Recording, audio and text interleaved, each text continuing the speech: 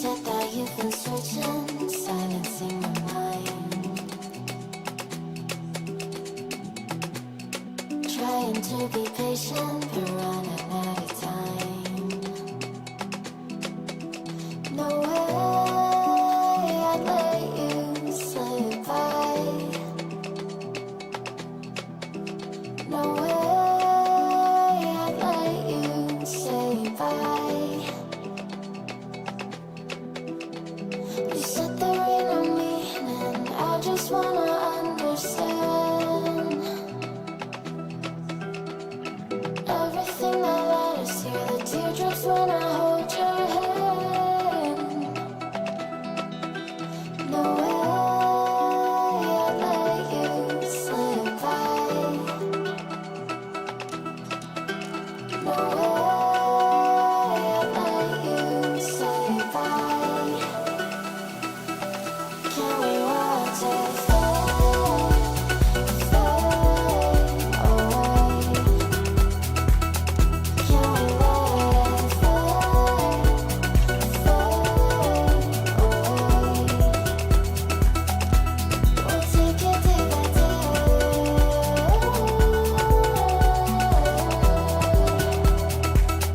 Can we watch it fade, fade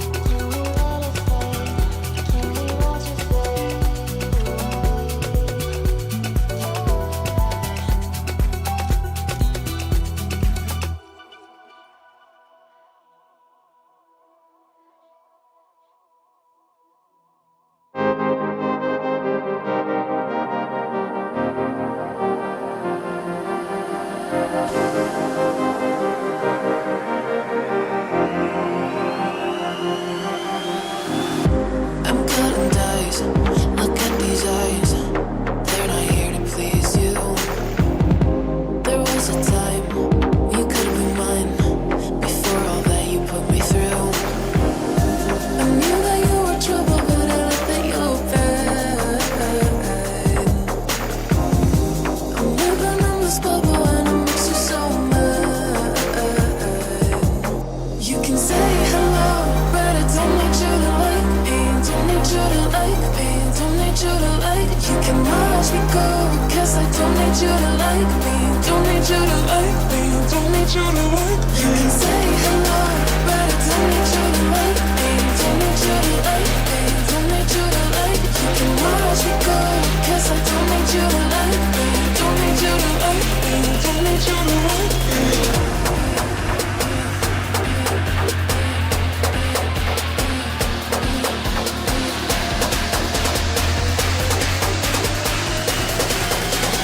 Don't need you to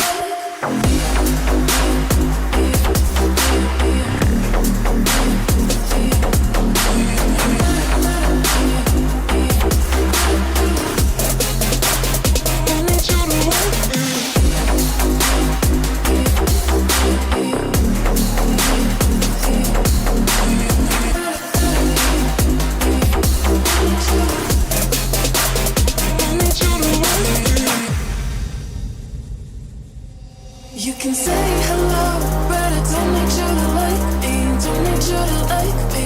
Don't need you to like. You can watch me go, 'cause I don't need you to like me. Don't need you to like me.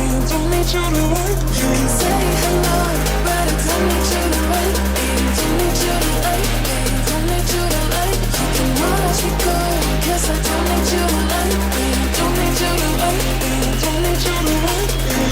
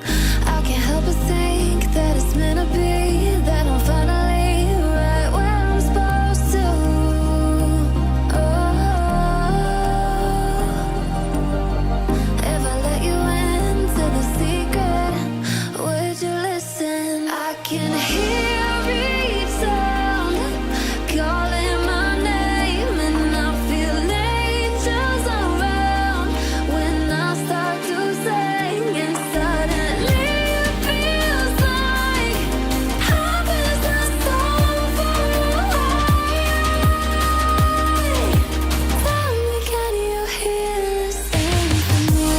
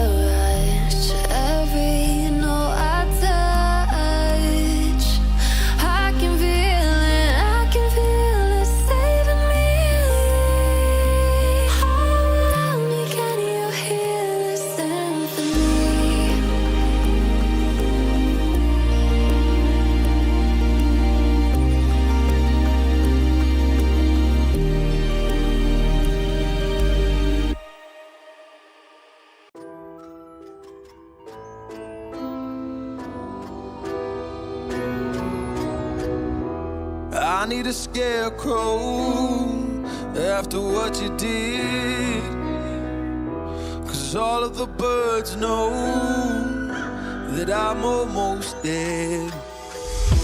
I'm barely breathing, I'm barely awake.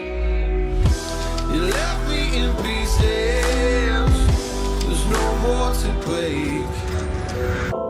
Don't wake me up, not in this century.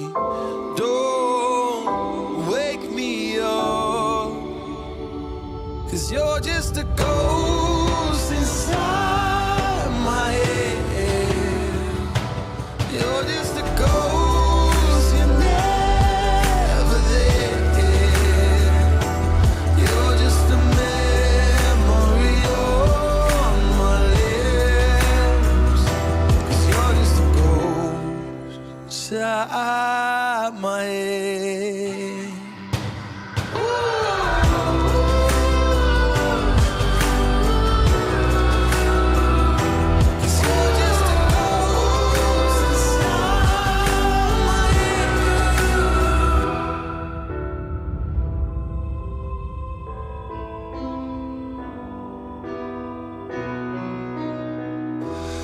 I need an angel after what you did, 'cause you were the devil, you messed with my head. You lied to my mother, you lied to my friends. You said that you'd be there, that this never ends.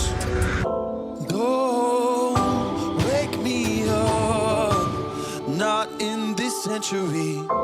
Don't wake me up, 'cause you're just a ghost inside my head.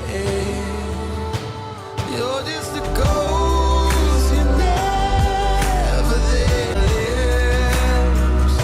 'Cause you're just a ghost inside my head. You're just a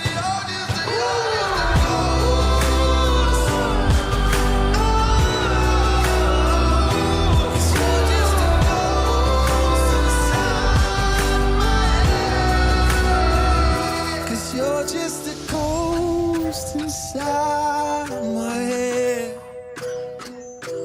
You're just a ghost, you're never there. 'Cause you're just a ghost inside my head.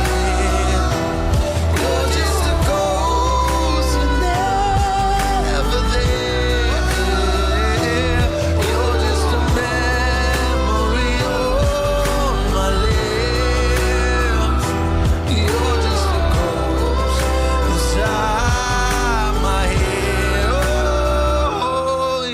a ghost inside my head.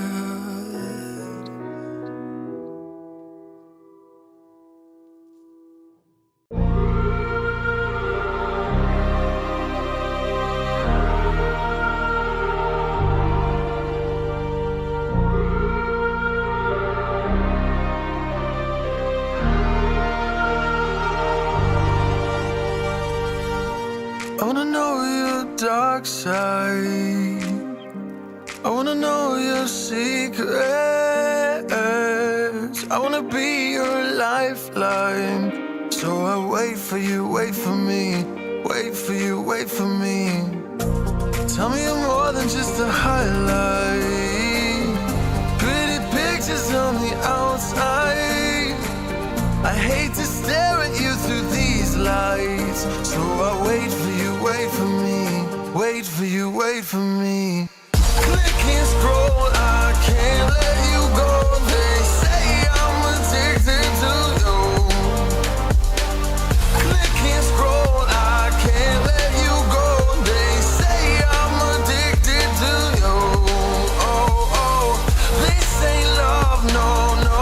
This ain't love, no, no. This is artificial. This ain't love, no, no. This ain't love, no, no. This is artificial.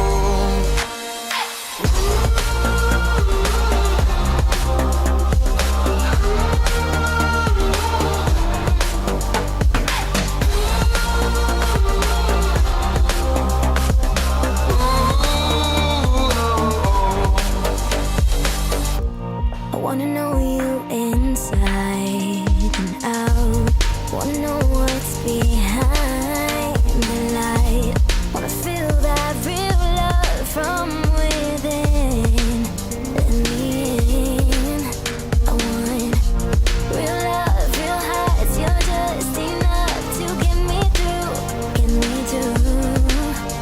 'Cause you're officially perfect for me. So wait for you, wait for you. Up all night thinking, passing the time, anxiously waiting. You're mine, losing and winning. You can't get it right. Hoping you see me for more than just nights. Up all night thinking, am I on your mind? Will you come meet me and change my life? This love could be deeper. Just Thinking, will you love me? click and scroll, I can't let you go. They say I'm addicted to you. Addicted to you. Click and scroll, I can't let you go. They say I'm addicted to you. Oh, oh, this ain't love, no, no. This ain't love, no, no. This is artificial. This ain't love, no, no. This ain't love, no, no. This is artificial.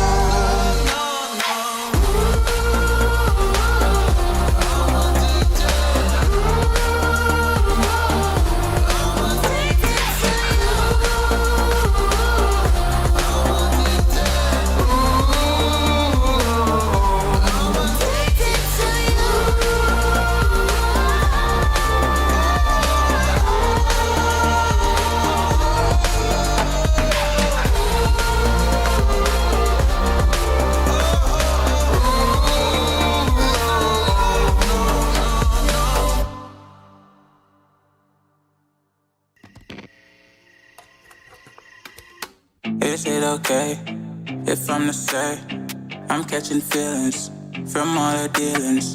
Am I astray? What do you say? How are you feeling?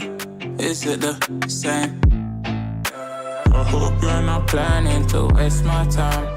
To my surprise, that was her reply. Now we vibe. It's been a while and such a ride, the stars align. I love the fact I didn't let her go. She loves the fact that I just let her know. Now we're together, it's a different mode. We getting crazy in a different role. I love the fact I didn't let her go. She loves the fact that I just let her know. Now we're together, it's a different mode. We getting crazy in a different role. We getting crazy in a different role. She loves the fact that I just let her know. We getting crazy in a different role. We getting crazy in a different role.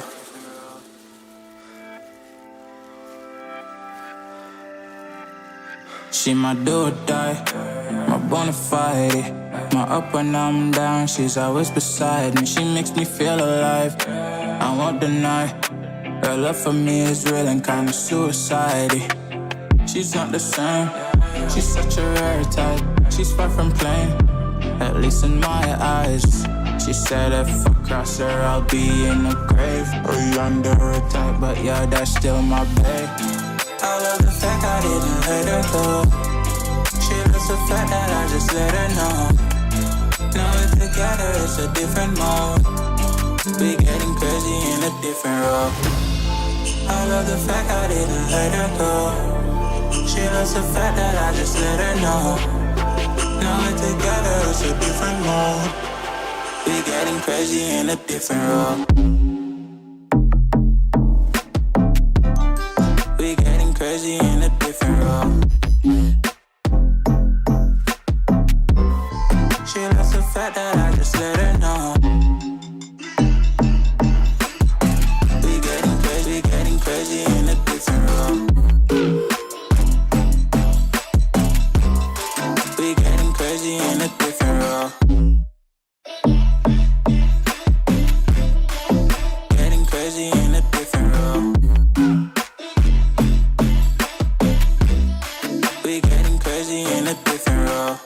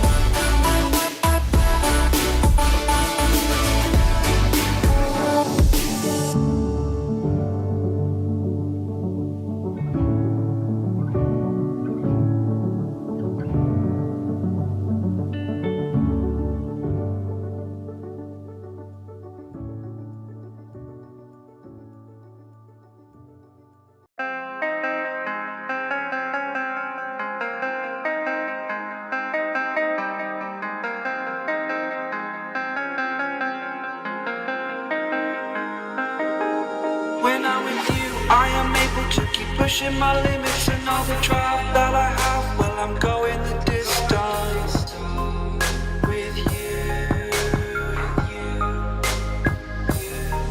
I didn't know what I had till I knew what was missing, and everything that I dread, well, I built a resistance with you. Catch me when I fall, and I'll keep you on the ground. You were gone, I wish you'd stay. I could look at you for a day. Time was well spent, that's when I knew that I need to spend my life here with you.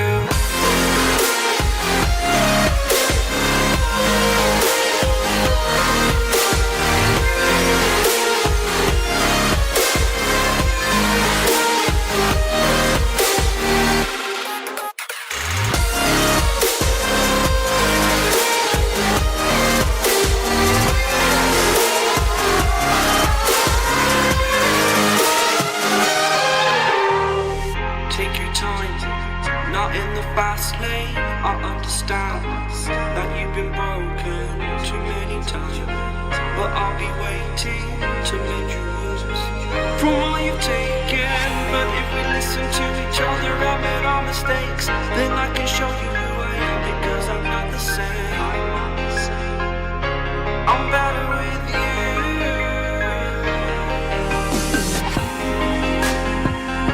I'm better with you.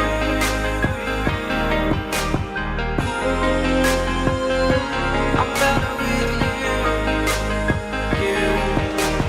Catch me when I fall, and I'll keep you off the ground. That's when I knew that I need to spend my life here with you.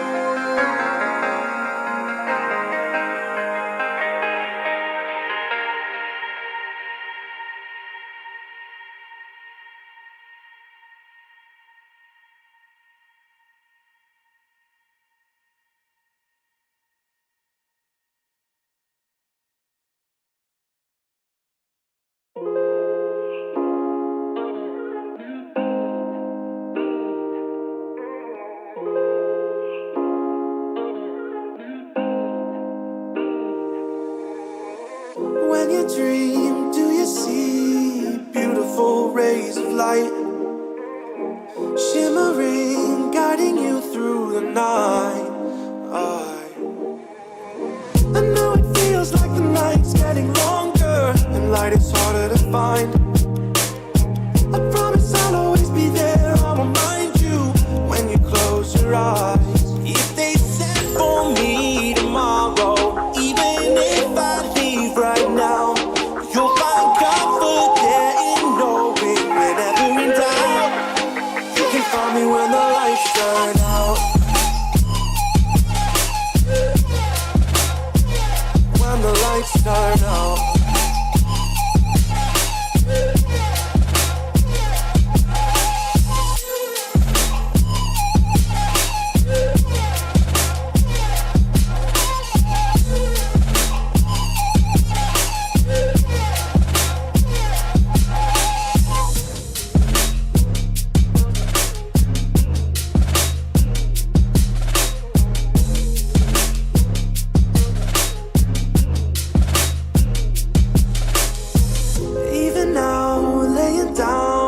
Hundreds of miles away, I can see you and me like it was yesterday. I know it's not the same, but I'm still behind you.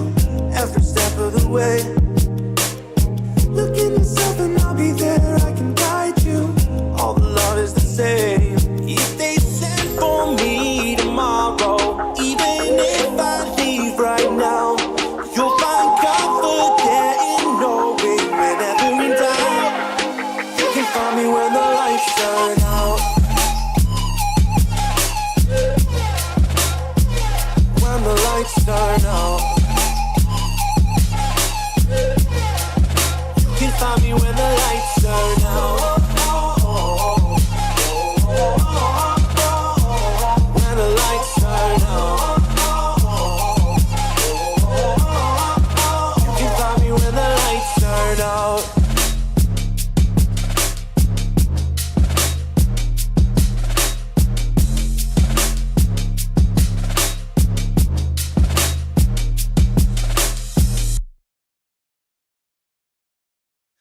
Oh, I got lost on the way to you in an orange sky by the ocean blue. Every mile lost, my soul renewed, taken by the sunrise and the golden view. Walking slowly in the mountains underneath the constellations. Yeah, I know that you've been waiting for me. Time is losing all its meaning, like I'm living in a dream, and I've been chasing all the feelings I need. It's in these moments with words unspoken, my eyes wide open, life tastes so sweet. It's in these moments where all I know is coming into focus, and now I see. It's in these moments.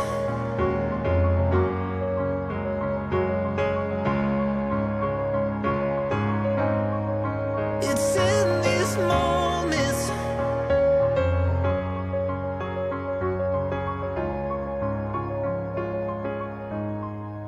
Oh, I got lost on a winding road in the dark of night with the stars aglow.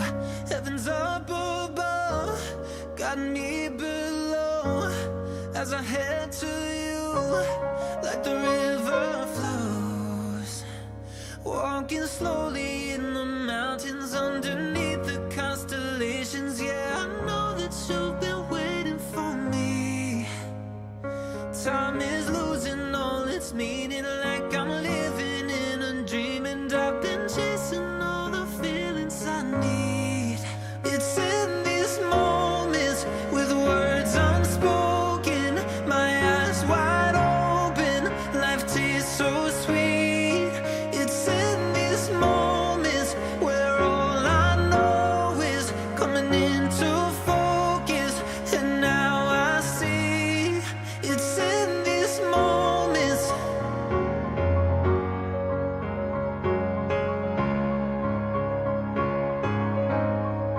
It's in these moments.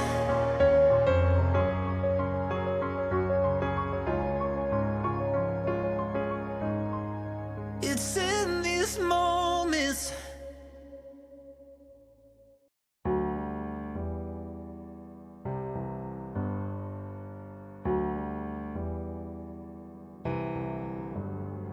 Feelings.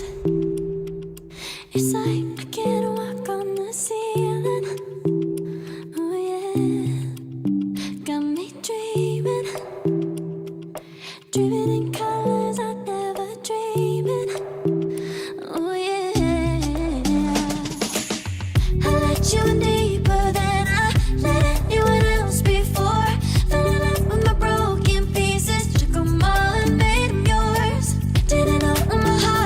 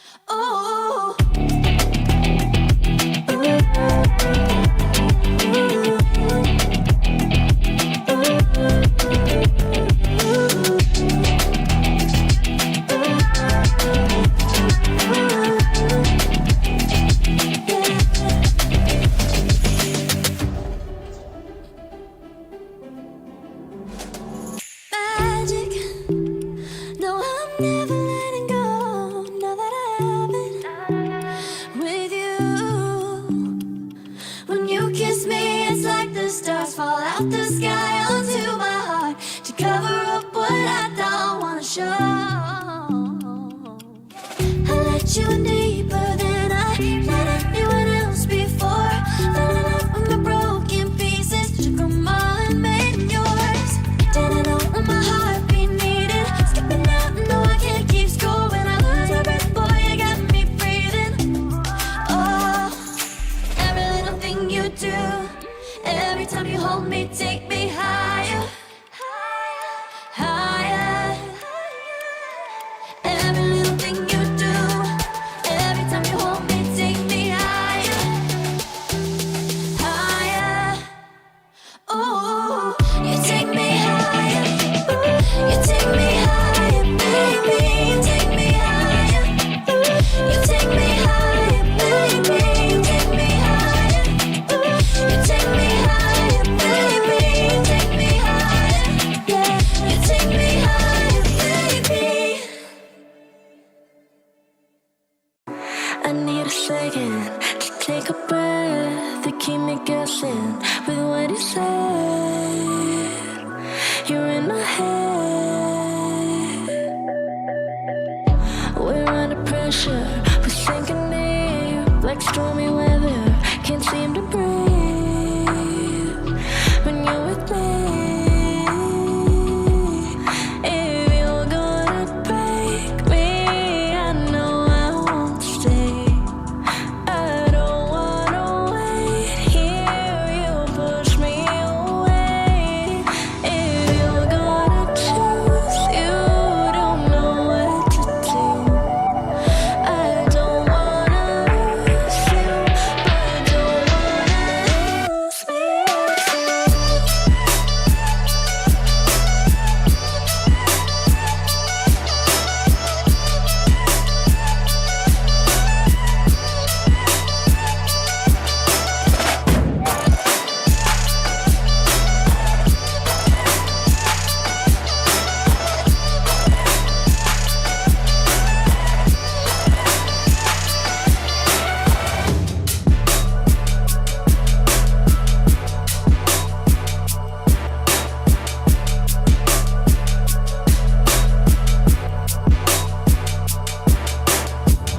So complicated, don't mess it up. Feeling frustrated, it ain't enough to fix a love. If you're gonna break me, I know I won't stay. I don't wanna wait here, you push me away. If you're gonna choose, you don't know what to do. I don't wanna lose you, but I don't wanna lose me too.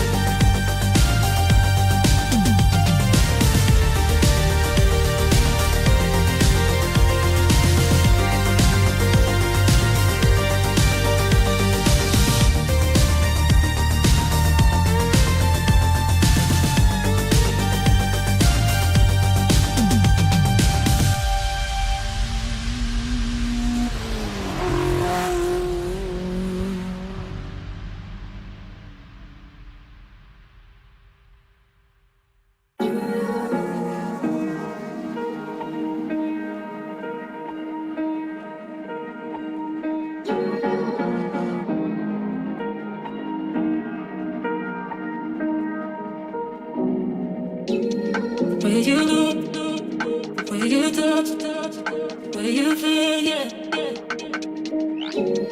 Where you look, where you touch, where you feel, yeah. Yeah, yeah, yeah. Can we talk about me and you? Can we talk about the truth? I wanna know, I wanna know. Can we talk about me and you? Can we talk about me and you? Can we talk about the truth? I wanna know, I wanna know. Can we talk about me and you?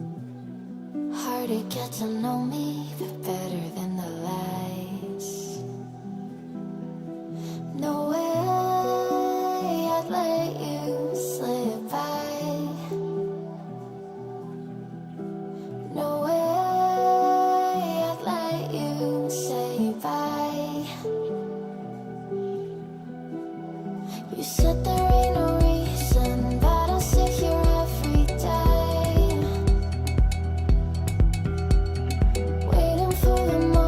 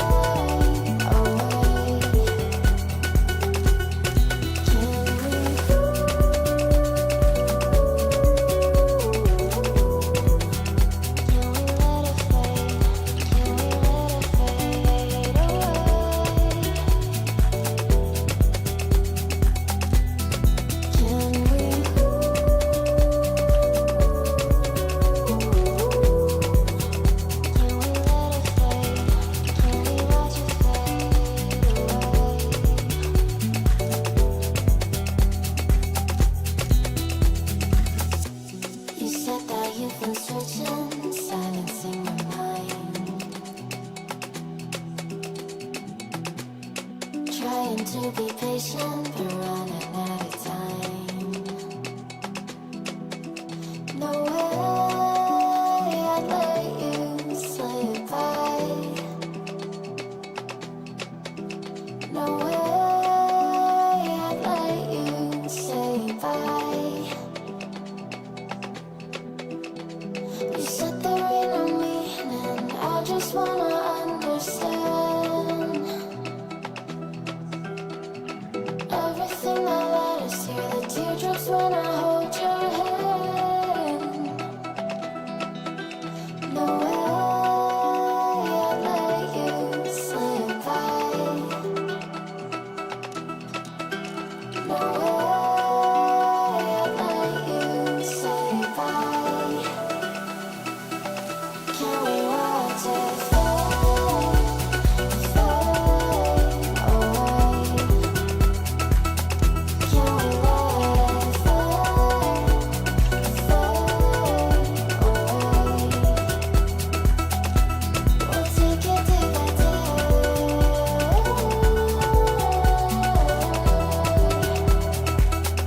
Can we watch it fade, fade away?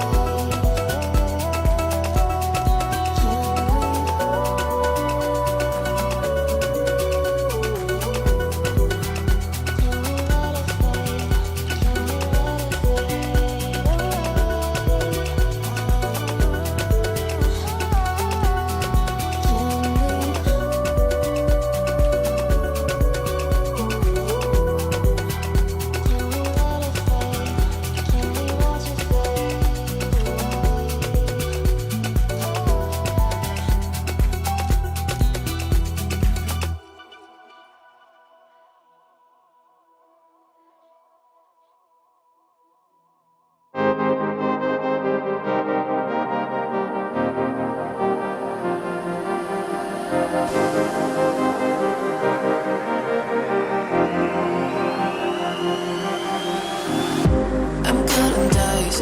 Look at these eyes. They're not here to please you.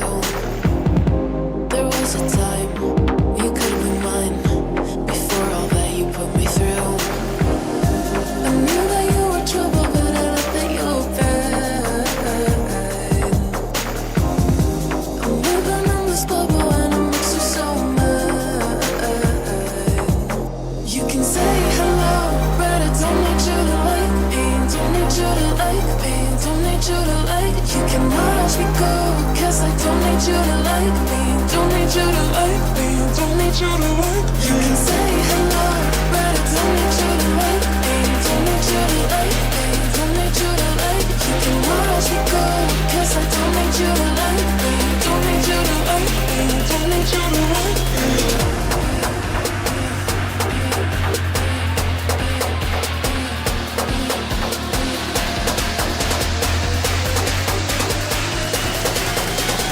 Don't need you to like. Don't need you to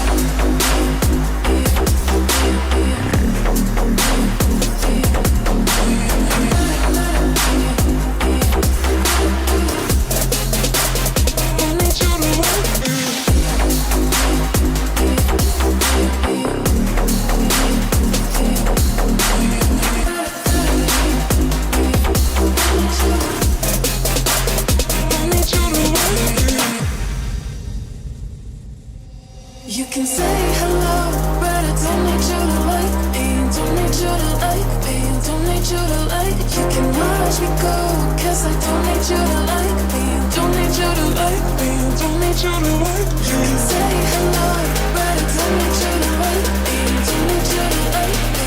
Don't need you to like. You can watch me go, 'cause I don't need you to like me. Don't need you to like me. Don't need you to like me.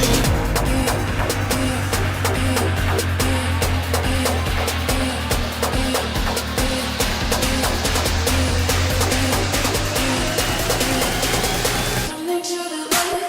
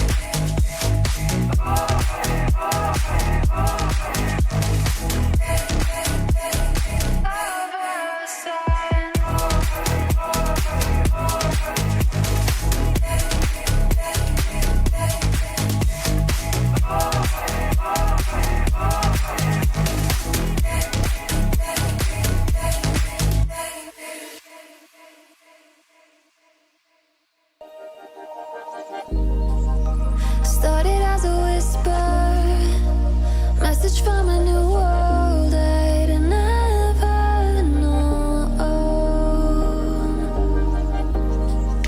Something about it felt like it'd been waiting my whole life. Is this home?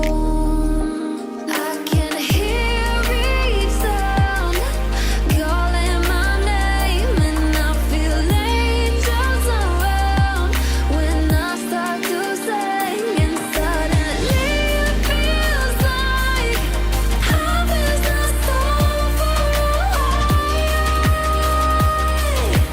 Tell me, can you hear the symphony? Panic, panic,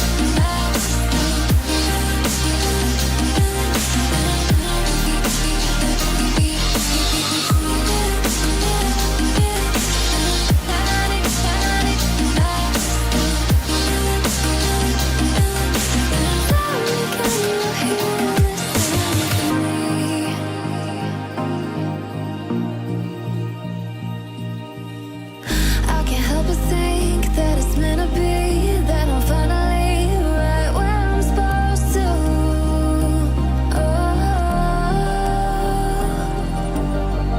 If I let you into the secret, would you listen? I can hear each sound calling my name, and I feel angels around when I start to sing. And suddenly it feels like heaven's not so far away. Tell me, can you hear the symphony? Panic,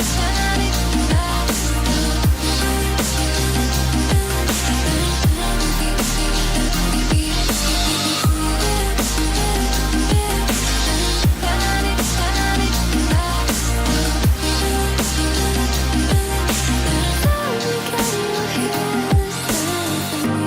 and before too long I found where I belong. I can hear it, I can hear it, oh, I can't stop the rush. Every note I touch, I can feel it saving me. Tell me, can you hear the symphony?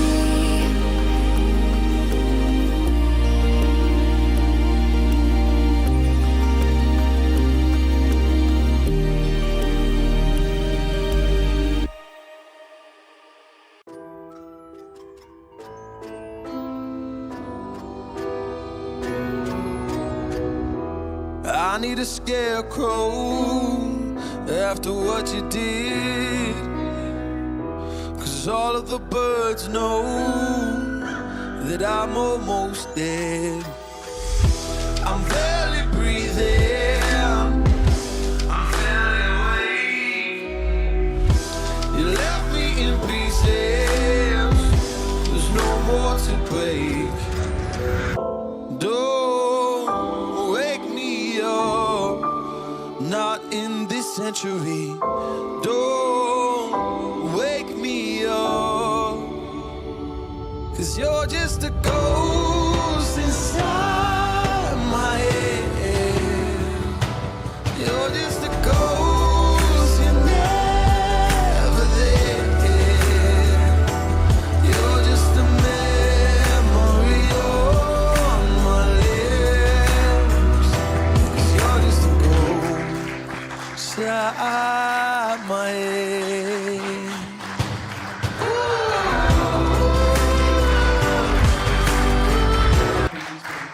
Thank you so much. Thank you.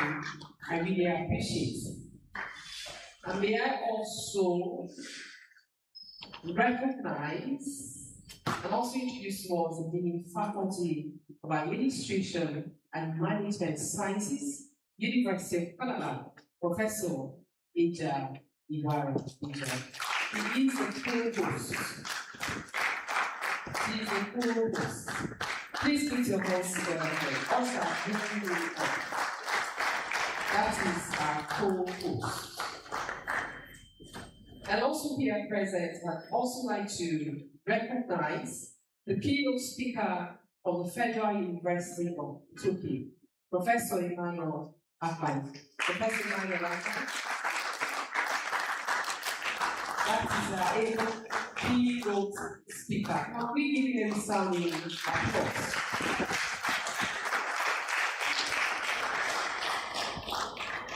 You're welcome, sir. We also recognize here present the speaker and chairman of Internal Revenue Service. He is, please, Andrew Unical. Please put your hands together for me. The Vice Chancellor is here. Can we please rise? Thank you so much. Can we please rise?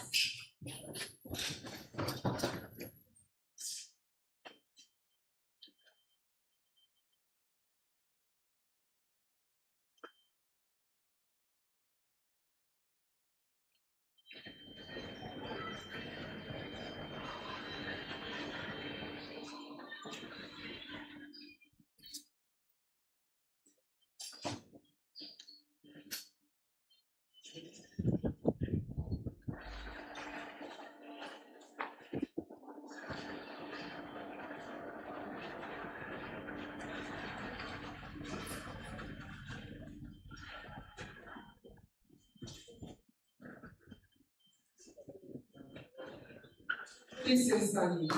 Please no seats. Thank you so much. We'll take the University of Calabar song as the Vice Chancellor is here. Please let's rise as we take the University of Calabar song.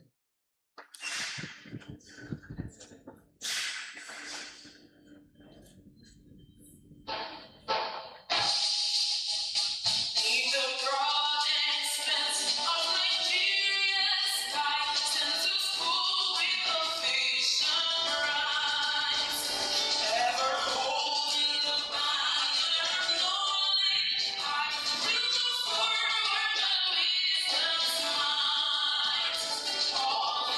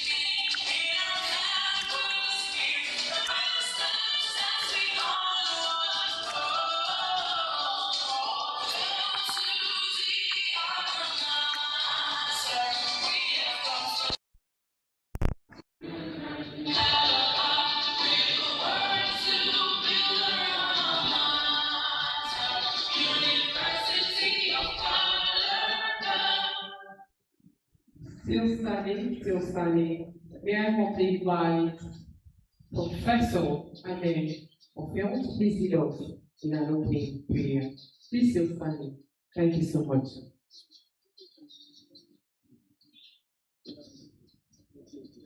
In Jesus' mighty name, Heavenly Father, we thank you for a new day. We're living this into Lord, thank you for this opportunity to host a Maiden conference of Banking and Fitness. We ask that Lord Jehovah and come and take supreme. We ask that you come and give us direction and wisdom. Thank you for all the participants. May this serve as an opportunity for them to learn. Do it and take all the glory. In Jesus' name we pray. Please have your seats, and the people say, thank you so much.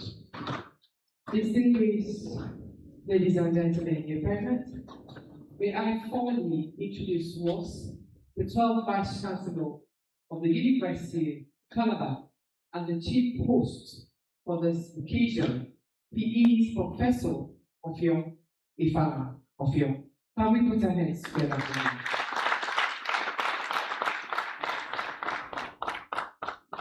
And he's not just here with the Deputy Vice Chancellor Administration, Professor Anthony Okibili. Please put your hands together for him. And may I recognize the acting head of Department Banking and Finance, Dr. Itam Eyo. Please put your hands together. And may I particularly recognize the chairman who's planning the meeting, Professor Amen Ofio, who is the wife to the Vice Chancellor, and all members of the planning committee. Can we put our hands together? Deans of all the faculties here present, heads of departments here present, in the University of Calabar, distinguished guests from Central Bank of Nigeria and Nigerian Deposit Insurance Corporation, Securities and Exchange Commission here present. These are all recognized. We also recognize the present other regulatory agencies here present. This is your representing any regulatory agency. Can you please stand and wave to the House? We are still expecting them. May I recognize representatives of the Nigerian Bankers Committee and Chartered Institute of Bankers of Nigeria. These are all recognized. Representatives of fintech associations and payment system operators, all recognized. Senior administrative staff of the University of Calabar and all professors here present, you all recognize. International delegates and visiting scholars from Africa and beyond, you recognize. Online participants, you're all recognized. Representatives of development finance institutions, recognized. Members of the press and media personnel. Unical Radio, you recognize. Members of the university community, Malamites and Malabresses. Distinguished ladies and gentlemen, please you're all recognized.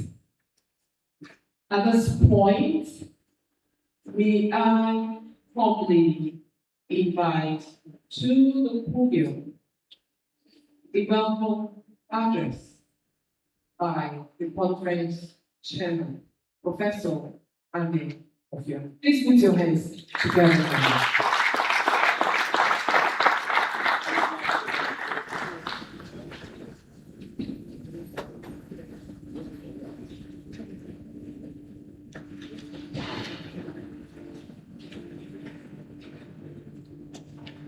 Please keep talking till she gets to the podium. Allow her to grab the fast she comes.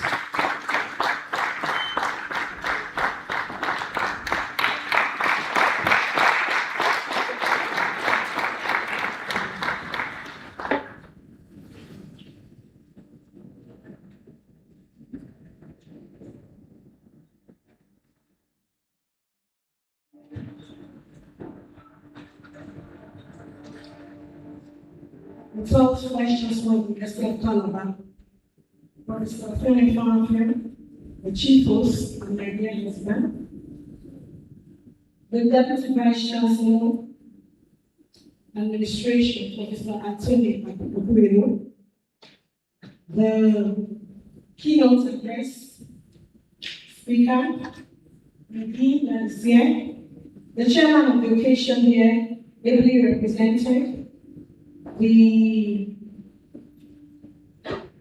special guest of honor, Dr. Maiden, distinguished guests, panelists, invited delegates, colleagues from the academy and the financial industry, representatives of government and regulatory agencies, members of the press, students, and invited participants from across Nigeria, Africa, and beyond. Good morning and welcome to the Maiden International Conference of Finance and Banking, ICF, UCB 2026. It's my honor and pleasure on behalf of the conference organizing committee to welcome you to this landmark event being held at the Professor S. Contorio, Access Secretariat, University of Calabar, Cross River State. We gather at a critical moment in Africa's economic journey with the theme, Resilient Financial System for Economic Transformation in Africa, which captures both the urgency of financial restructuring and the opportunity before us, researchers and academics. Resilience in finance is not only about surviving shocks, whether the global market disruptions, pandemics, climate-related events, or geopolitical tension. But it's also about designing institutions, policies, and practices that allow economies to adapt, recover, and advance sustainable inclusive growth. ICFB UCB 2026 is the maiden edition, and I must commend the HOD for this. Of what we intend to make a recovering forum for rigorous scholarship, policy dialogue, and industrial engagement.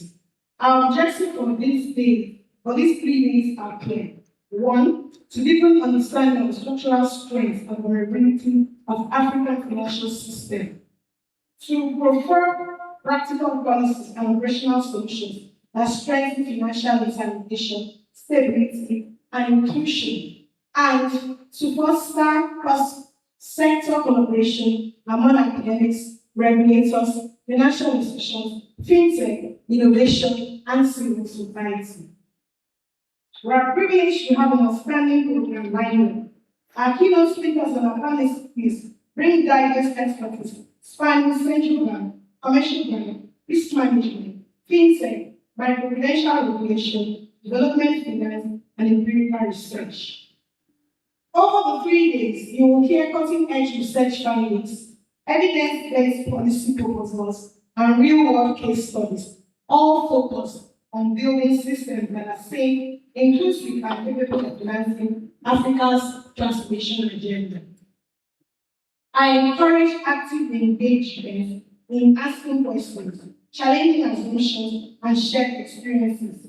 Many of the most useful policy innovations arise from academic rigor meets practical insight. So today you see that we have got people from the CIB chairman is on his way. We have the chairman of the FIRS in Washington State. So we're trying to marry academic and the industry. Take advantage of the networking opportunities. These conversations often see partnerships that persist long after the conference ends. So I invited international guests.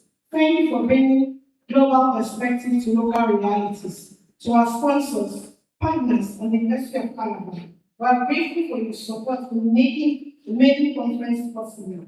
To the organizing committee, secretariat, volunteers, and technical team, I thank you for your diligence and commitment. As we comment, let us keep 3 points in mind. 1, to have an evidence-driven policy where data and rigorous analysis lead to groundbreaking recommendations.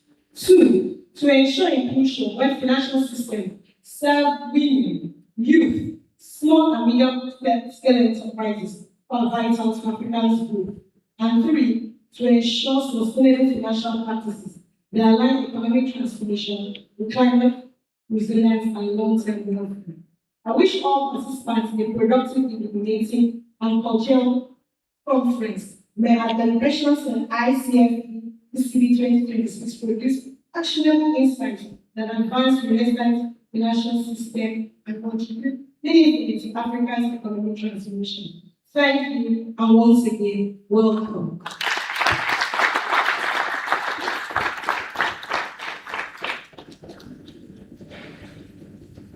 Thank you so much. This last time I checked, I didn't ask you to clap for me. Can we put our hands together for that?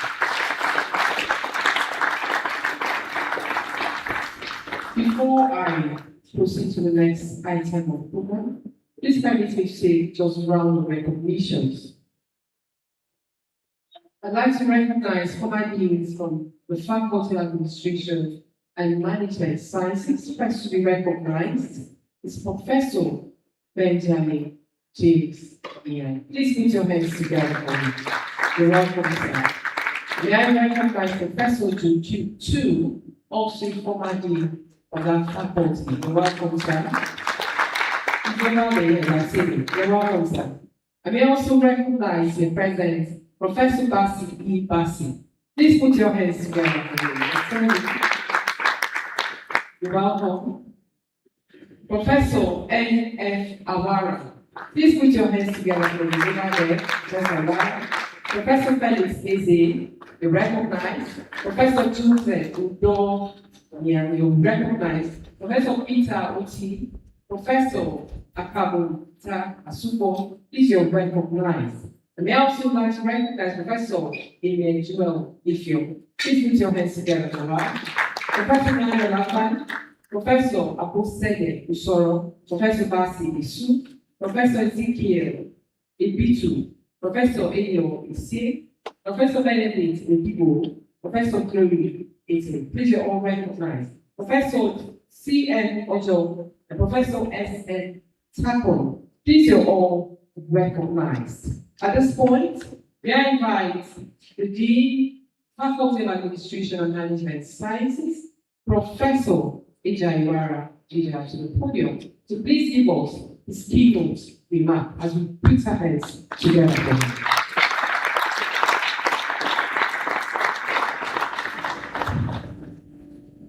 The Vice Chancellor of the University of Calabar, Professor Ofion, the DVC Administration, Professor Anthony Okiwodu, and other members of the high team.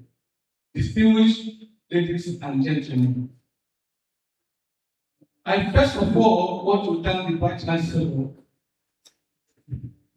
for, despite his numerous engagement, he has played this opportunity. Even though we know our Faculty of Administration and Management Sciences is a faculty, but he has made time to come and honor us for this important conference. Sir, because of honor us, the God we serve will also honor you in Jesus' name. First of all, I want to commend the head of the department, staff and students of the Department of Banking and Finance for their vision, dedication, and hard work in organizing this landmark conference. The successful gathering of scholars, professionals, and stakeholders from different parts of the world demonstrate the growing relevance of our institution in advancing and addressing contemporary challenges facing our society. However, I am glad to say that this theme, resilient financial system for transformation, resilient financial system for economic transformation in Africa, is very catchy. And this is an opportunity that will provide a platform for intellectuals to engage in knowledge sharing and collaboration problem solving I encourage participants to actively engage in discussions, present innovations, ideas, and build a partnership that can contribute to practical solutions for financial and economic challenges confronting our continent. However, on behalf of the Faculty of Administration of Management Sciences, I warmly welcome all participants, and I wish you a fruitful deliberations, productive networking opportunities, and a memorable experience at the University of Calabar. Thank you for your attendance, and I wish you success.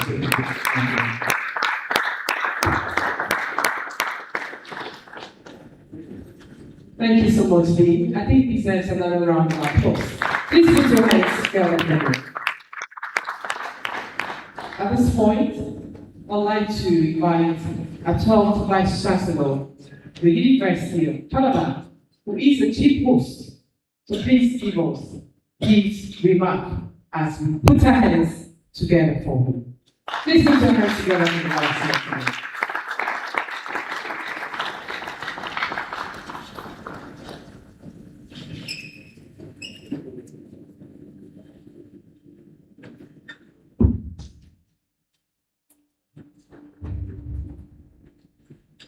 The Deputy Vice Chancellor Administration, the Dean, Faculty of Administration and Management Sciences, let me recognize all the former deans and professors that are here. I'm very happy to hear the names of all the professors that are here. The professors have taken ownership of all the academic transformation agenda of the faculty. Let me also especially thank the head of the department for considering it worthwhile to package this conference, and all those who have been working assiduously towards the preparation. Let me especially recognize Professor wife of the Vice Chancellor. I think I guess she's Mama Management. So for also taking the lead in organizing this conference. Well done. The management and administration and management, each time you pull hard to undertake assignment, consult me, because they also deny me the benefit of having her fully with me on other matters.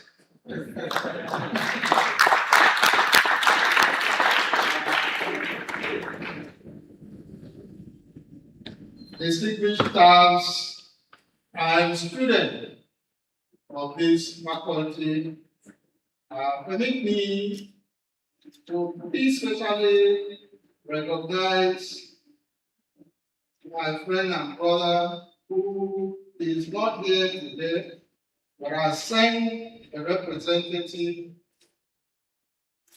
who is the MD of the Microfinance. Here, talking about distinguished Senator Asuko Oyo. I was really looking forward towards seeing him here. I think this is also one of his roots, and therefore I'm happy that he has not forgotten. He started also his public service here, his university, and this department. Distinguished ladies and gentlemen, let me welcome all of you to this international conference, which the Department of Banking and Finance has titled Resilient Financial System for Economic Transformation in Africa. I think they are thinking globally. I thought it would be transformation in Nigeria. We have seen in recent days that The world is so moving so fastly to the dimension of the global village, which have been some of the things people were saying in the last 10 years, but it's a reality now. The advent of technology has actually minimized distances between countries which were therefore very far apart.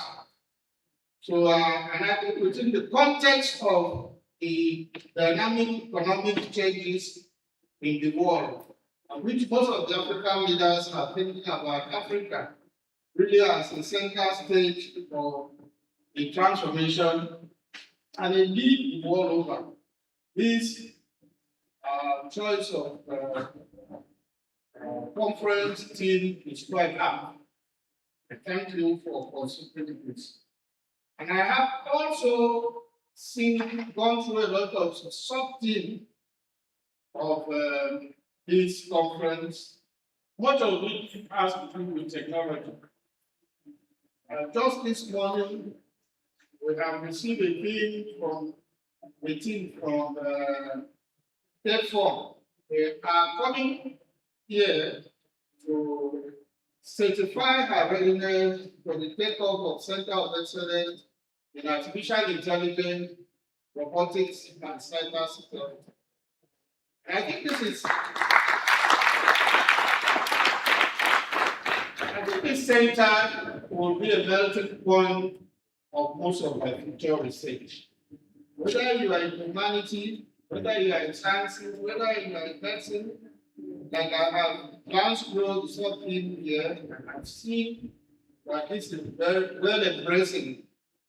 In other words, it's very clear that there is no discipline that has a boundary where this is the line demarcating banking from technology, or a line demarcating chemistry from marketing, or demarcating medicine from other disciplines.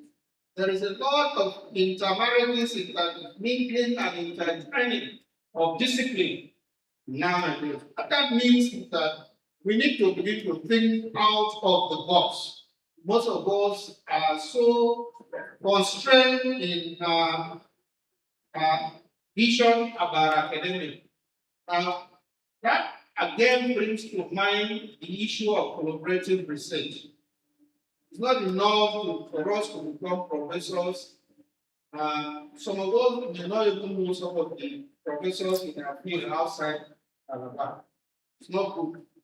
We need to collaborate with professors outside the boundaries of Calabar. We need to collaborate with professors outside our field of discipline. So now we have seen that there can be also a collaboration between banking and finance and medicine. Banking and finance, marketing, banking and finance, and computing.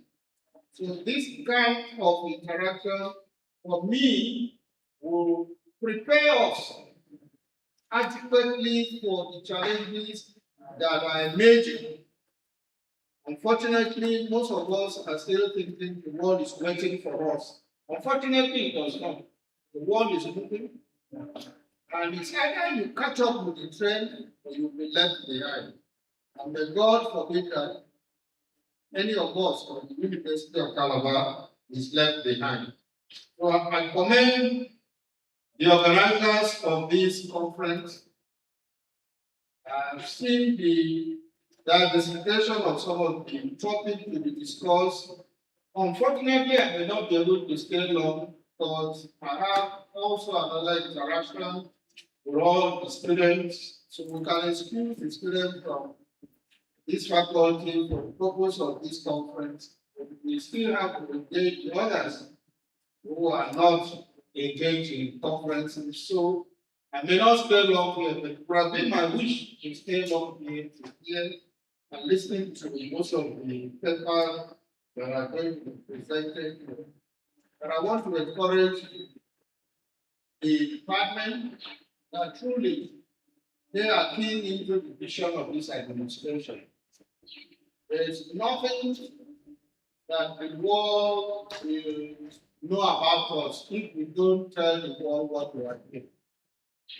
There is nothing we'll be able to say that we have done in the university when the research begins and ends in our labs, in our offices. This is one way we can begin to showcase some of our research work. This is one way we can also market ourselves as a university. And this is another way we can connect even with other stakeholders in our respective fields and be able to network in a world that is fastly becoming very, very dynamic and challenging. So I thank you for this, and I hope that at the end of this conference, it will not be once upon a time there was a conference like this. Let there be more of this academic meet and conferences. So I want to declare this international conference on resilient financial systems for economic transformation in Africa open to the glory of God the Father, God the Son, and God the Holy Spirit. Can we give the Vice Chancellor a sounding applause? The Vice Chancellor, sir, with due respect, sir, please leave members of the high table down for a group photograph as you make your exit. Thank you so much, sir. Members of the high table, please accompany the Vice Chancellor down for a group photograph. Can we make that clap more resounding?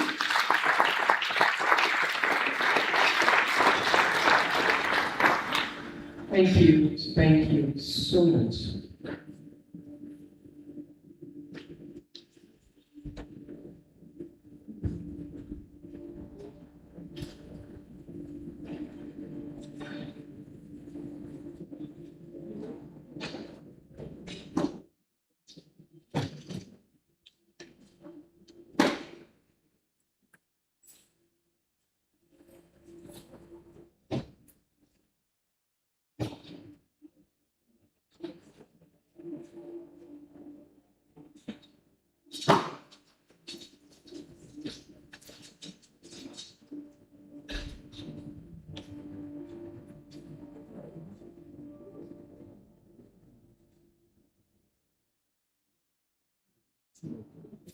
Now we have Professor Ame Ofio, the Vice Chancellor, join the photograph. Thank you so much.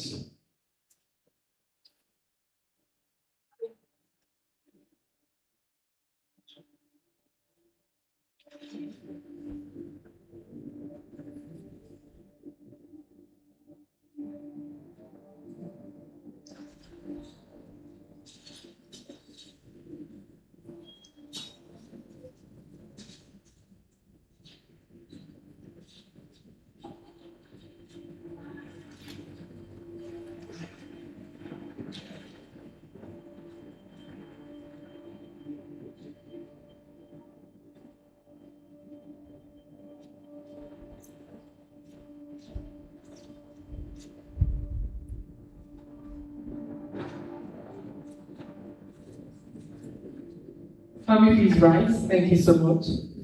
Thank you so much.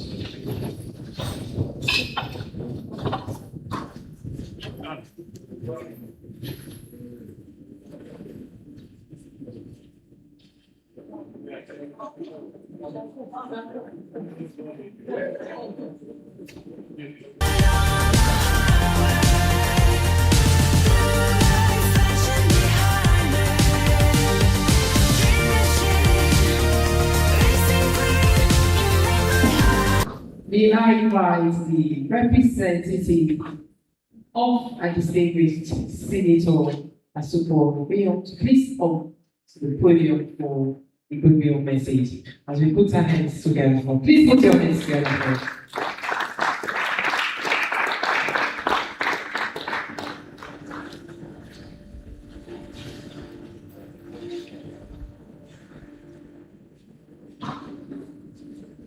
Thank you.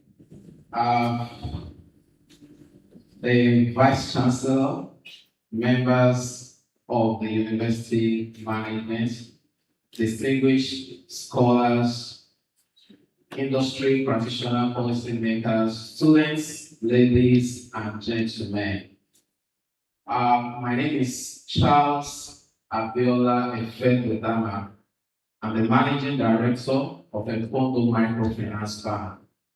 And it's a great honor for me today and privilege to represent our distinguished Senator Asuko Ekwenyo at this Maiden edition of the International Conference of Finance and Banking of the Department of Banking and Finance, University of Calabar. The Senator commends the department for organizing this landmark conference and for selecting the timely theme, Resilient Financial Systems for Economic Transformation in Africa. The theme speaks directly to one of the most important issues confronting our continent today, the need for strong, stable, and inclusive financial system capable of driving sustainable economic growth.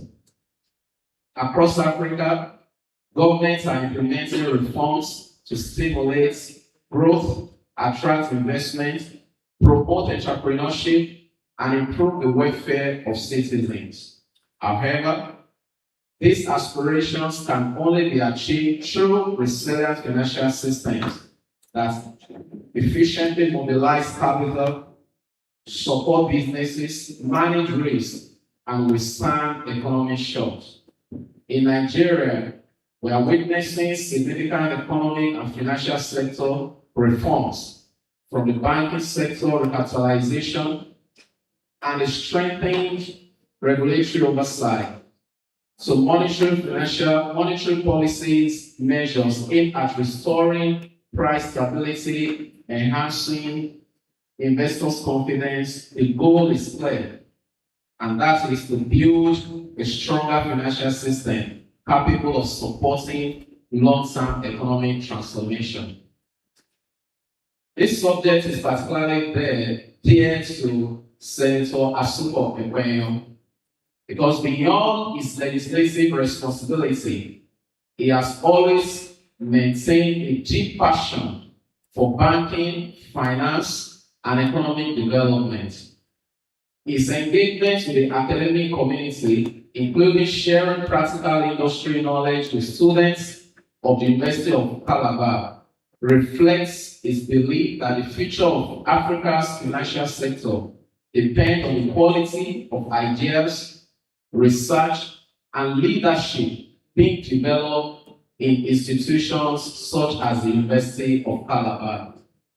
This conference, therefore, provides an important platform for academics, regulators, policymakers, and industry leaders to exchange ideas, develop solutions that will strengthen the financial systems across Africa. Therefore, on behalf of distinguished Senator Asuko Ekwenyo, I congratulate the Department of Banking and Finance and the University of Calabar for this commendable initiative, and thereby wish all participants fruitful deliberations and a successful conference. Thank you, and God bless the University of Calabar. God bless Cross River State. I thought you were glad. And God bless the federal government of Nigeria. Thank you. I wait the directive from the organizers to announce his financial support. Thank you.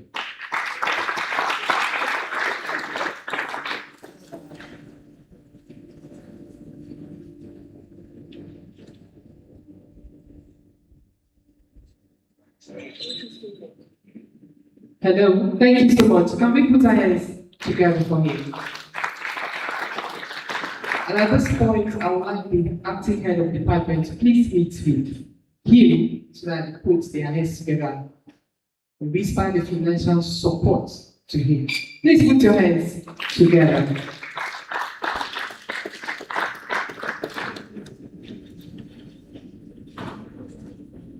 I don't know if we have a volunteer that wants to give us the real message right now. From the banking sector, do we have any? Show us love. Okay, at this point, there's none. May I invite the head of department, banking and finance, Dr. Itam, to please step forward and do an introduction of the keynote speaker. Please take up the citation of the keynote speaker. Please put your hands together.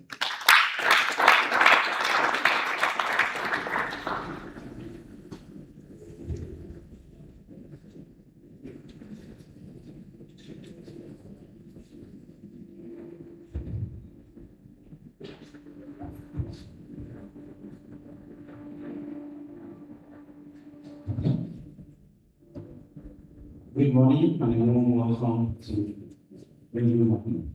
Able to go to the next step. This is the final present time. Thank you very much for coming for our Maiden conference with the Department of Banking and Finance, the International Conference of Finance and Banking. I am here to read the citation for our keynote speaker, Professor Mario Sebastian.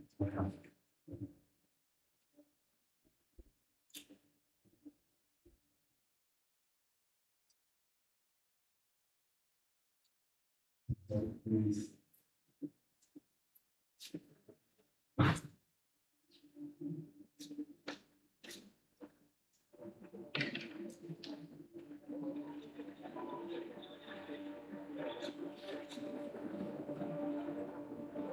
So,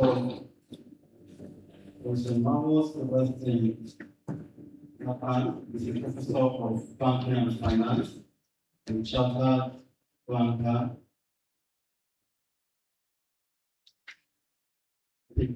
This time, Jose Manuel Sebastian is a professor of banking and finance, a chartered banker, a chartered treasury manager. He's also a chartered accountant, also a chartered conciliator and mediator, as well as a lawyer.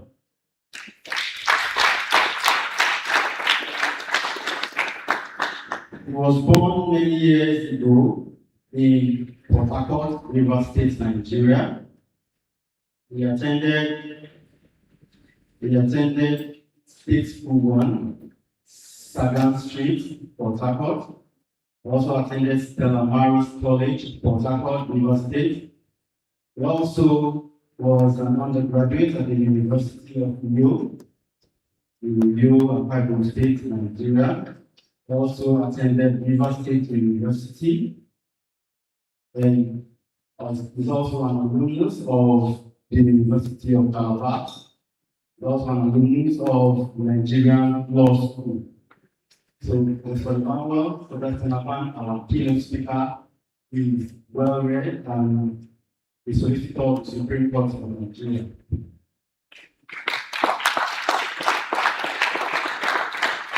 He has worked with the defunct Allied Bank PLC. He also worked with Security Projects Limited, Port Harcourt, and has also worked with the University of Calabar.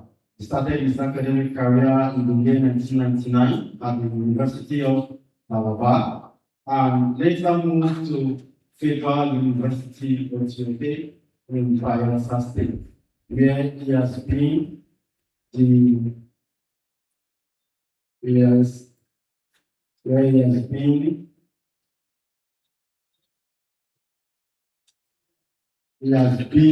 a lecturer till date. That's at the Federal University of Calabar. He is widely published in both local and foreign referred journals. Professor Akpan has held various university positions at both the University of Calabar and the Federal University of Ethiopia, where he is currently the General Manager FUO Guest House Limited. He has been an Assistant Secretary of the academic staff union of the university at Unical here, the former secretary of our union, and later the chairman of the same union at the Federal University of Ethiopia. So Japan does reading, gaming, football, and farming. And I would also like to mention that Professor Pan is my mentor and all encouraged me to join the academy since when I was a student. Years back. And he's our keynote speaker today, and I would like to humbly and warmly invite our keynote speaker.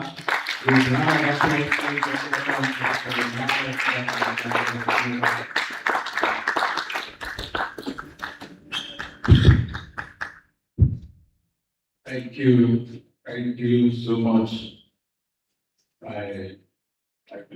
my friend, my colleague. I'm overwhelmed by my address. All protocols of God. And it's my prayer. It is indeed a privilege and profound responsibility to be invited to stand here today as a keynote speaker. I commend the department, Banking and Finance, the organizers, University of Calabar, for convening this timely and intellectually significant gathering with the theme as this: resilient financial systems for economic transformation in Africa, which, by my estimation, is not only contemporary but an avant-garde experience at play. And fundamentally speaking, this conference is also taking place where a rebirth is taking place. Most importantly, let it be known that Unical always brings to my mind serious nostalgic feelings.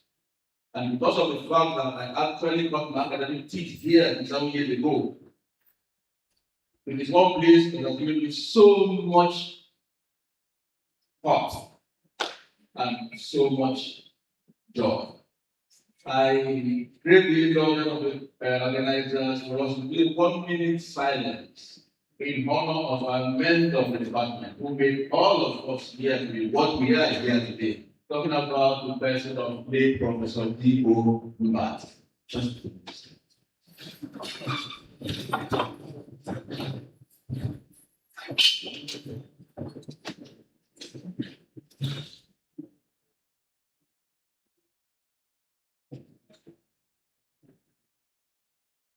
thank you. May the soul of late Professor David Ogo Mbat, late Professor, son of late Professor Chris Udoka, and indeed the souls of all the faithful departed through the mercy of God rest in perfect peace. Having said that, I want to also recognize a man that I know without him or would have even had the gospel where I'm talking of Professor Cornelius Ojo. He is one man that pulled his job. Africa! And indeed, all the professors like aside Professor Wara, John, Professor Bibitu, Tabo, indeed, too numerous to count. So let me not go out. But I want us to understand that today's topic, resilient financial system for economic transformation in Africa, can only be made possible by this particular department. And I know that this department has always, in fact, when you go to the university, you hear them say the faculty. And I know in this particular school, you hear them say the department. And whenever you hear them say the department, please know that it's about banking and finance. All other departments follows. I'm sure I want to drive us through to understand it. First, let us understand what resilience in the financial system is about. Slide. Resilience in the financial system goes beyond stability. Most often, people interchange resilience for stability. But I want to tell us that it goes slightly beyond stability. It concerns the capacity to absorb shocks, adapt to disruption, stay strong and evolve in response to emerging security or emerging reality. And in Africa, resilience must not just be resilient, it must be intentional. Resilience must be intentionally designed, not assumed. There must be clear pathways, there must be follow-ups, and sustenance must be pursued with vigor, even as happened in 2017 emphasized the relevance of composite indicators in evaluating banking sector stability. And so what I will say, not just enough to think about the stable condition. What happens after the stability? How do you concentrate to absorb your shock? And then some of these disruptions, especially the type we're going to see, the type brought about by technology, how do we face them? And indeed, overcome them. We don't only use allow technology to use it. We the one to drive the technology to use it. And therefore, next slide, we're talking about our own financial system. Our financial system historically has been very for some time now. It is such that, in fact, people most often do not really differentiate banking from bank. And the moment you just hear banking, all that gets to your mind is about the bank. But we forget that we have both the informal and then the formal banking system. But talking about historical perspective, if we remember before Soludo's era in Syria, most of the shocks, especially maybe exchange rate or estate shocks, we are not able to recover from. But when Soludo came and started just one small thing, the banking consolidation, and said banks from ends cannot call themselves banks when they do not have up to 2 billion naira as capital base, fallback situation. And so you find out that from Soludo's 2004 consolidation policy, the historical banking system has been such that we try as much as possible to put ourselves even to be proactive and not reactive anymore.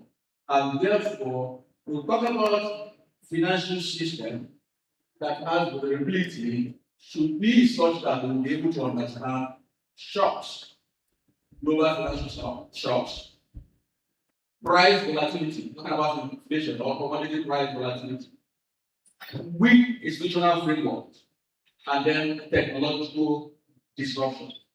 And today, the technological disruption is what is really taking or holding sway. Because if we remember what Schumpeter said, Schumpeter had told us, look, innovation is the key. And what is innovation? Whatever you're doing, bring the new method of doing what you're doing. New market, new system, new whatever, even if you are tracking, bring a new credit style. That is creativity. That is innovation. But again, it makes us to understand that some of these innovations can be disruptive in nature. And so the ability to ensure that it does not work as a disruption, rather it works as a catalyst should be our focus. And so we see within these challenges, the rate of financial crisis, the rate of price volatility, all of these challenges lies within these challenges lies opportunity. An opportunity to review stronger, smarter, effective, efficient, and more inclusive system. And therefore, if you see the class of this Bible, say financial inclusion, it tells us the fact that for a long time, the interland, the rural communities were never recognized. But with financial technology and financial inclusion, of course, we're deepening the system, we're deepening the foray such that even the woman in the village that is selling her fish now has a money point POS machine. And so that leads us to digital transformation as a catalyst for change.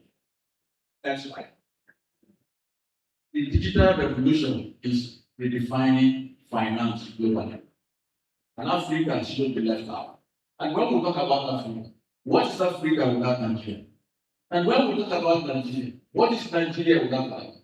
And when we talk about Calabar, what is Calabar without Unical? And when you talk about university of government, what is the university of government? And so the trend goes on and on and on. And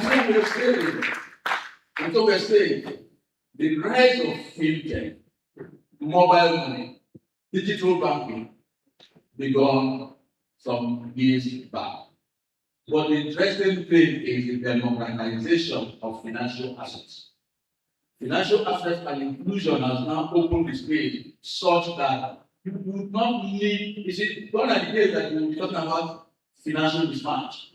You want money for commerce, and then you run to mortgage bank, and then they say, oh, no, we can still do that. No, now because of literacy, we now apply the matching concept. You borrow short for short, and then borrow long for long. And so what we're trying to say right now is if we listen, if we have read a day will give another one 2021, there is a strong connect. They found out that digital banking innovations improve banking operations, but at the same time, it increases cyber security risk. That's where we are. And then Lee and Shin, going move on now, also reveal that fintech improves banking competitiveness and financial accessibility. But they are limited by virtue of weak regulatory system. And so the issue is, yes, fintech, fine. But what happens when it is not properly regulated? Yes, fintech, fine. What happens if you expand the dangers of cyber security risk? And so we say digital transformation must be approached with strategic clarity. Digital transformation must be approached in such a way that it will enhance inclusion, but not deepen inequality. It must strengthen security and not expose vulnerabilities. It must complement regulations and not outpace regulation. Artificial intelligence, blockchain technology, digital currencies all present new frontiers, but also new risks. So our task today is to balance these tools responsibly. We balance the risk element and then we balance the reward element responsibly. And that takes us to what I call financial inclusion as a developing strategy.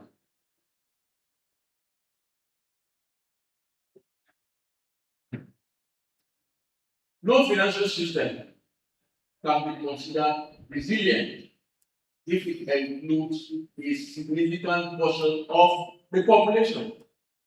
How can you say you are resilient? And when one shock happens, people over there, most of them in the rural area, they feel it much more than those of you in the urban area. That's not resilience. Resilience is such that you will absorb them and then make sure that even the low of the low is brought back to where the low of the low is supposed to be. In fact, in Africa, millions remain unbanked, if not on the bank. And therefore, financial inclusion must move from being a policy aspiration to a measurable outcome. And I believe my brothers on the podium will be able to know that, yes, even though we know that they have tried, they should go more, go deeper, between the system so that there will be high level of resilience. And indeed, all other banks are again. Let's push financial inclusion. I remember Professor Iyon used to say, let us use how we plan to push back the frontier of ignorance and then expand that of knowledge. When you begin to drive your processes, maybe your marketing processes, into the interland, the deep side, the rural area, I'm sure you have more of the banking population instead of this underbanked population. And therefore, in doing this, these issues must involve expanding access to credit, especially to SMEs. By the time you treat SMEs well, forget it, the country will be on the path to recovery. We used to hear one of the politicians say, look, let us move from consumption to production. And if you're moving from consumption to production, production should start from SMEs. And so we're saying leveraging mobile platform for rural inclusion, designing customer-centric financial products, not about cost and profit. Let them be service, and then strengthening financial literacy. In fact, inclusion is not charity. Let us know that. But it's smart economics. Inclusion is smart economics because it drives productivity, it stimulates commerce, entrepreneurship, and above all, it reduces poverty. Next slide. Institutional strength and governance. Now, we talk about resilience. Resilience is actually built on strong institutions and not individuals. Weak regulatory systems, poor governance, and lack of accountability have historically undermined financial stability. And therefore, we must prioritize our action. We must prioritize number one, transparency or transparent regulatory framework. We must prioritize effective risk management system. Ethical leadership is the thing or not. It is not do as I say. It should be do as I do, guided by moral attitude. And then strong enforcement mechanism. This is my brother. Let it go. Some people, with respect to the anti-graft body, some people have been alleged to have taken so much from the system. And some people have been alleged to have taken so little from the system. But you find out that those that have taken so much from the system are the ones that are not being punished. Those that have taken so little from the system are the ones that are being punished. And we say, where is the enforcement mechanism? Every sin of that is sin. And so every offense being a crime against the state, should be treated as what it is.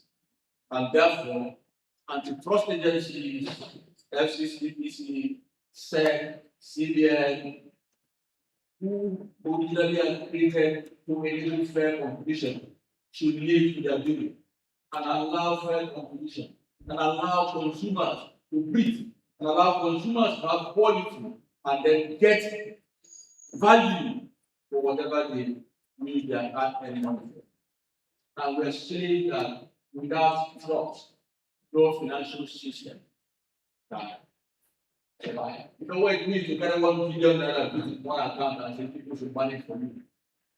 It is not only contractual in nature, it is both contractual and fiducial. And for it to be fiducial of that nature, there must be an element of trust. And so no financial system survives if there is no trust. And therefore, we must consider the role of research and academic in all of this. As scholars and researchers, our role is very, very critical. We must move beyond theory or theoretical wisdom to policy relevant research that informs decision making. In fact, as we live here today, our vision should be movement from theory to practice. I repeat, as we leave this conference, our vision, our belief should be movement from theory to practice. It is not just about theory. Let us remember in those days, even in your primary school, they will give you an assignment, and then at the end of the day, say, show walking. It's time to show walking, and not to come and tell us all the theories in the world from everywhere. Some theories are not even suitable for some client. And so once you get that theory, try and see how you can either adjust them to suit your local circumstance, and then get the what's important is satisfaction of yourself and the people that are therefore. This conference, I believe, will provide the platform for us to generate empirical insights, bridge the gap between academia and industry, influence policy formulation, mentor the next generation of financial thinkers. I'm surprised that, yes, this is the Maiden edition. Yes, this is the first of its kind within the backward organization, but I asked this question. The VC said yes, students are supposed to be with him. But I think as given his consent and grace for students of this faculty to be here. This is the student population here. I mean banking students. Whatever mechanism the department had adopted to bring these people here at this level is not contributing to resilience. They should allow all to go share the knowledge, whether there is mechanism of separating, which from the shaft, should have been open, at least the first of its time, so that they will come and hear and learn and then begin to practice it. This is, I know that we're seeing this global African religion, and people are watching us from everywhere that's gone online. But even those people that are watching us from online, I'm not sure they will clap for this side after all of the publicity. But I think they organize that. That's what I respect them and I praise them. I think they should look towards that direction. This is very, very important. And the department has the capacity to subsidize the depreciation expenses. And so let us know that our contribution here should not end in the conference. Or whatever we do here should not end in conference proceeding, but should translate into actionable solution.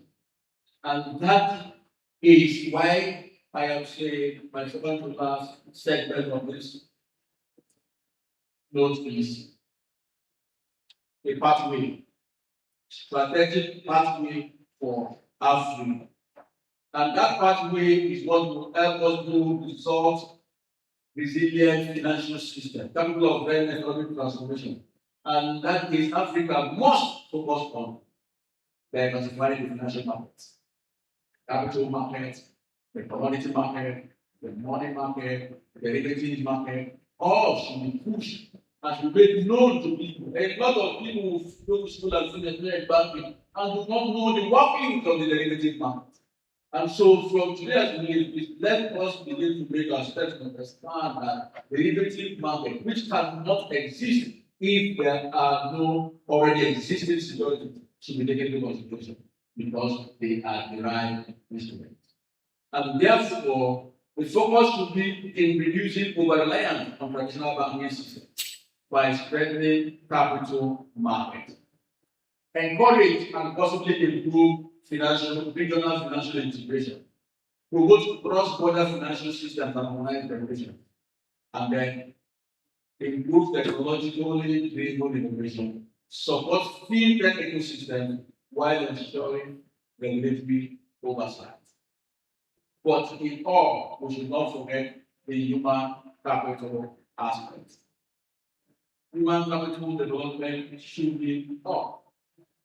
Invest in skills. Probably growing up or in the national school level, we used to hear factors of production. And we say land, labor, capital. After a while, we can say land, labor, capital, and entrepreneurship. But what people forget is the land, labor, capital, and the entrepreneur. And then what people forget to understand is there is no major difference between the entrepreneur and the labor outside skill. The labor that organizes the local labor and indeed other factors of production is what we call the entrepreneur. And what is it does? Tries to organize all of these other factors and make sure that goals are achieved. And he does that. He has the skill, he has the technical know-how, he wants to resolve goals and all of that. And so we should invest in skills relevant to digital finance and financial analytics. And then there should be policy coordination. Let this body not come and bring up this program, bring up this app, there should be policy coordination, else we backfire.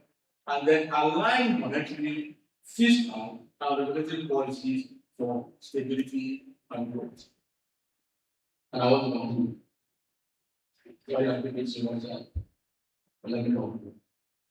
Distinguished participants. Resilience is not done overnight. It requires good thinking. And that takes me back to growing up too. We used to watch, is it advert? Temple and that.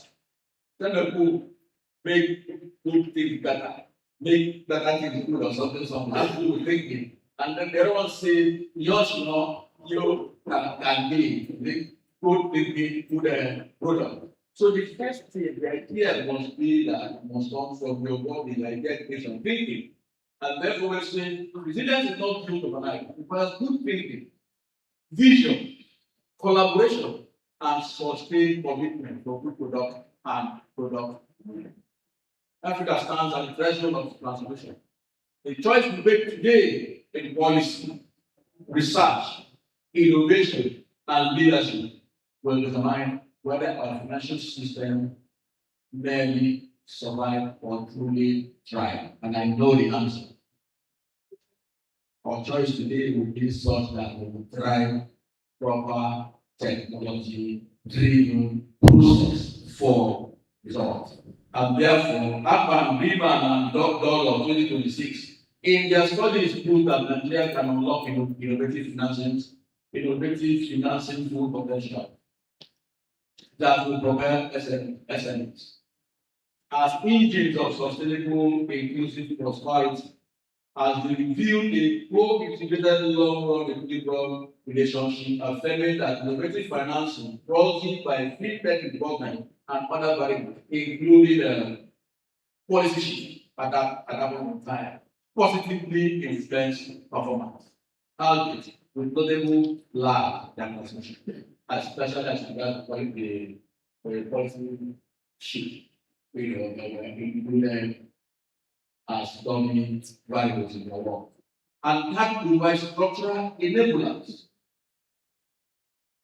to cover for the lack of immediate potency, reflecting implementation friction in Nigeria's financial ecosystem, which to my mind, this conference will offer solution. Let this conference serve as a turning point, a convergence of ideas that will shape the future of finance in Africa. Let it be for us a pedestal for global people. Let resilience. This time, not resilient fintech, but let resilience face financial system. Gather momentum from here. I thank you so much for your attention and wish you all a productive and intellectually rewarding conference. Let the action begin from you. Thank you so much.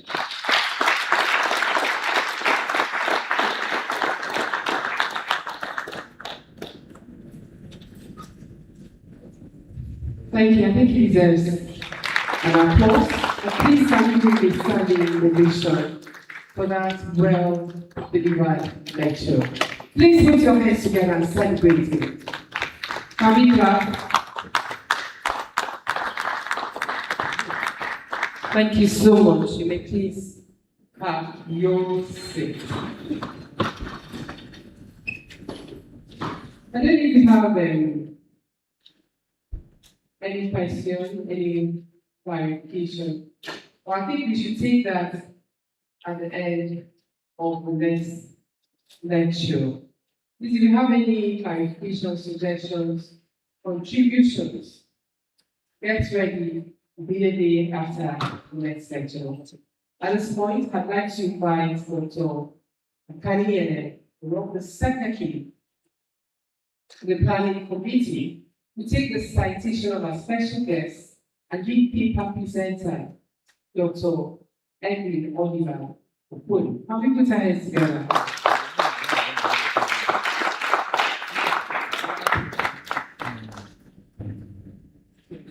Good morning.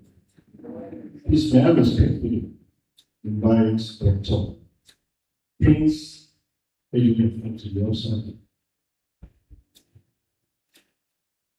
It's with great pleasure that I introduce to you Prince Edwin Oliver Okoli, PhD, who was born over 50 years ago to the family of the two Prince Dogo, number 3, of Eki clan in the Dubai government area of Cross River State.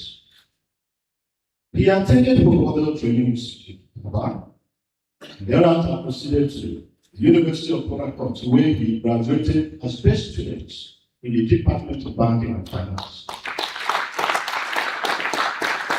That journey did several awards from the institution. He later obtained his MBA and MSc in Finance from the University of Lagos, and also a PhD in Finance from the University of Calabar, specializing in development finance.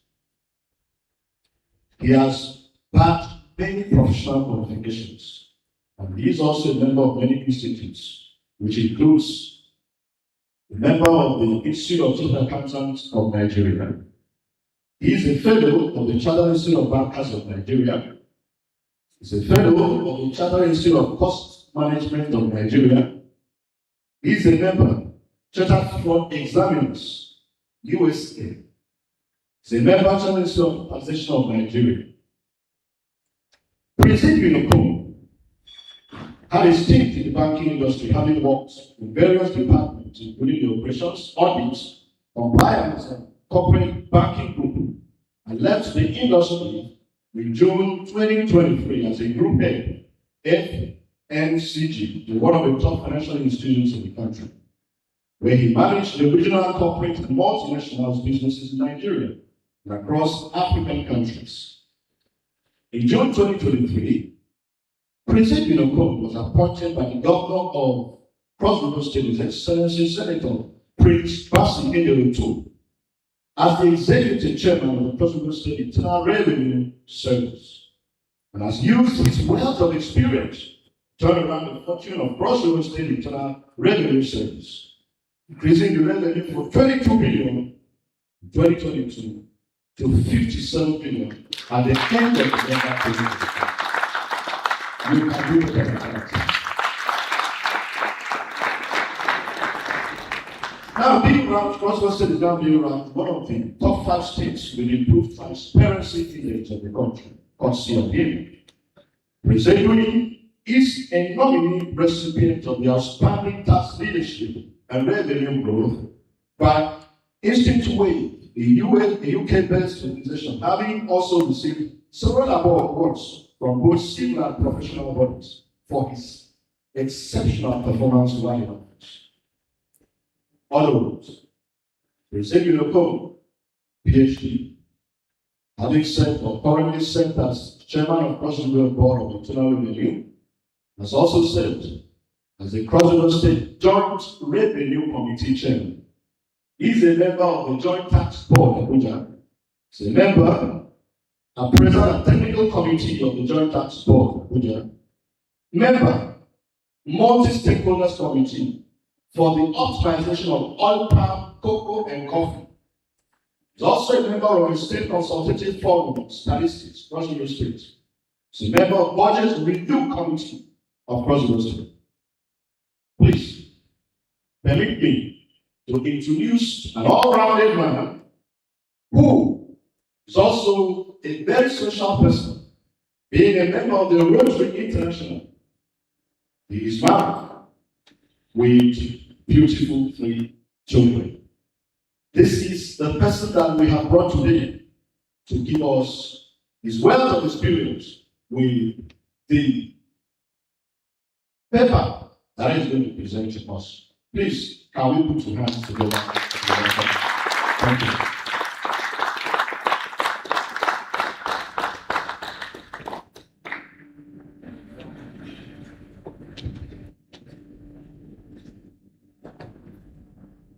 The chairman of the events, deputy representative, and other very senior persons in the house, especially those that taught me and also schooled me in the course of making me who I am today. I remember when I finished from over years back, and I went to the University of Port Harcourt. And I made a good friend who said, "Oga, why do you leave Calabar?" There are a lot of friends that will do primary school, Calabar, secondary school, Calabar, BSc, Calabar, MSc, Calabar, PhD Calabar. Those who want to go out and learn other things elsewhere. And when I finished from Port Harcourt, I went to the University of Ilorin and the University of Lagos. So why am I starting with this? I love what the department is doing. And honestly, I'm not the right person to be here to speak to my lecturers. But God works in different ways. Unfortunately, Professor Zofio is not here. Please, any error that I make in the course of this presentation is asked. And Professor, the man that supervised me my PhD project is here too. I'm not supposed to be the one here telling him what he taught me. But please, all the errors in the course of this presentation are not mine. The good side of it, please, the accolade belongs to the government. When I was called upon to do this presentation, I actually asked myself, what am I going to say? Because the tax man, what I know today is all about tax. All the things I learned in banking, honestly, I've forgotten a lot of them. And the things I will say today, and I ask myself, the topic about resilient financial system for economic growth in Africa, what should I actually say that will be different from the norm? And I sat with a few persons in my office and we agreed that we are going to talk about the tax revenue perspective in the course of this presentation. Next one. I'm not going to read through the things that we've written here, but I just want to speak to it because by the grace of God, I'm glad that I didn't study finance in just the first degree. I've seen the theory from different spheres of life. Some of you that school in Unical will know that for you to obtain an MSc or a certification from the University of Lagos, especially in that faculty, at the department, there's a man we call Professor Lowe. Some of you might know him. He's a very strong man. Let me be strong in quotes. And you know that in this presentation, if I forwarded this thing to him, you'd have seen a lot of errors. But like I said, I'm going to talk about the practical parts to it, and not just the theory that I learned in the course of who I am today. But we still need to define it and put it in the right perspective. We say a resilient financial system is the one that can assure shops, continue serving businesses and households during crisis, and support long-term inclusive growth. I'm repeating that again. That a resilient financial system is one that can assure shops, continue serving businesses and households during crisis, and support long-term inclusive growth. And I said, we want to relate this to the tax revenue. Can Cross River State take the shot when the internal revenue, the internal generated revenue of the state drops? You know, in this time and age, especially in this campaign period, you find a lot of people quoting correspondences, breaking figures, how much Cross River State has collected, how much revenue has come to the country. And the question is, for us in Cross River State, to what level can we take that shot? If something like the fact, a lot of us get fact, does not come again from the federal government. And that's the perspective in which this presentation is going to take. So that we hear of something different from the banking industry. Yes, all of us here might I'm sure we'll have a lot of other persons from other disciplines. Just by the side, in my days as a BSc student in Banking and Finance department, I don't know if you happen to really like here. I'm sorry, really calm. When those who read accounting will feel that they know better, I'm happy with what the first speaker said. And we used to challenge them a lot then in school. So for students in Banking and Finance, I want to also encourage you. One of the reasons why I went to write ICANN was to show the accounting students that your BSc in accounting works nothing. That a BSc in finance graduate who is a chartered accountant knows so much more than someone who read only accounting. Because he has the global view of what is obtained. Next slide. This is really part of it. What a resilient financial system is all about. As earlier defined, is capable of withstanding economic shock while continuing to support sustainable economic activity. The first speaker already highlighted some of these things: stability, inclusiveness, flexibility. I don't need to continue. So next slide, so that we can save time. And I said, for us to be able to link this rightly, the resilient financial system and how those shocks can affect the subnationals, or even as a country as a whole. Can the state actually take that shock when we don't get so much from the federal government? To what extent can the subnationals, not just Cross River State alone, survive the shock that will come in when those revenue does not come in anymore? How about the oil revenue? And let me just, for information's sake, the figures being published and the government official today, by the grace of God, the figures being published and sending around, I can tell you that at the end of the day, what gets to the state, most states sometimes don't get anything.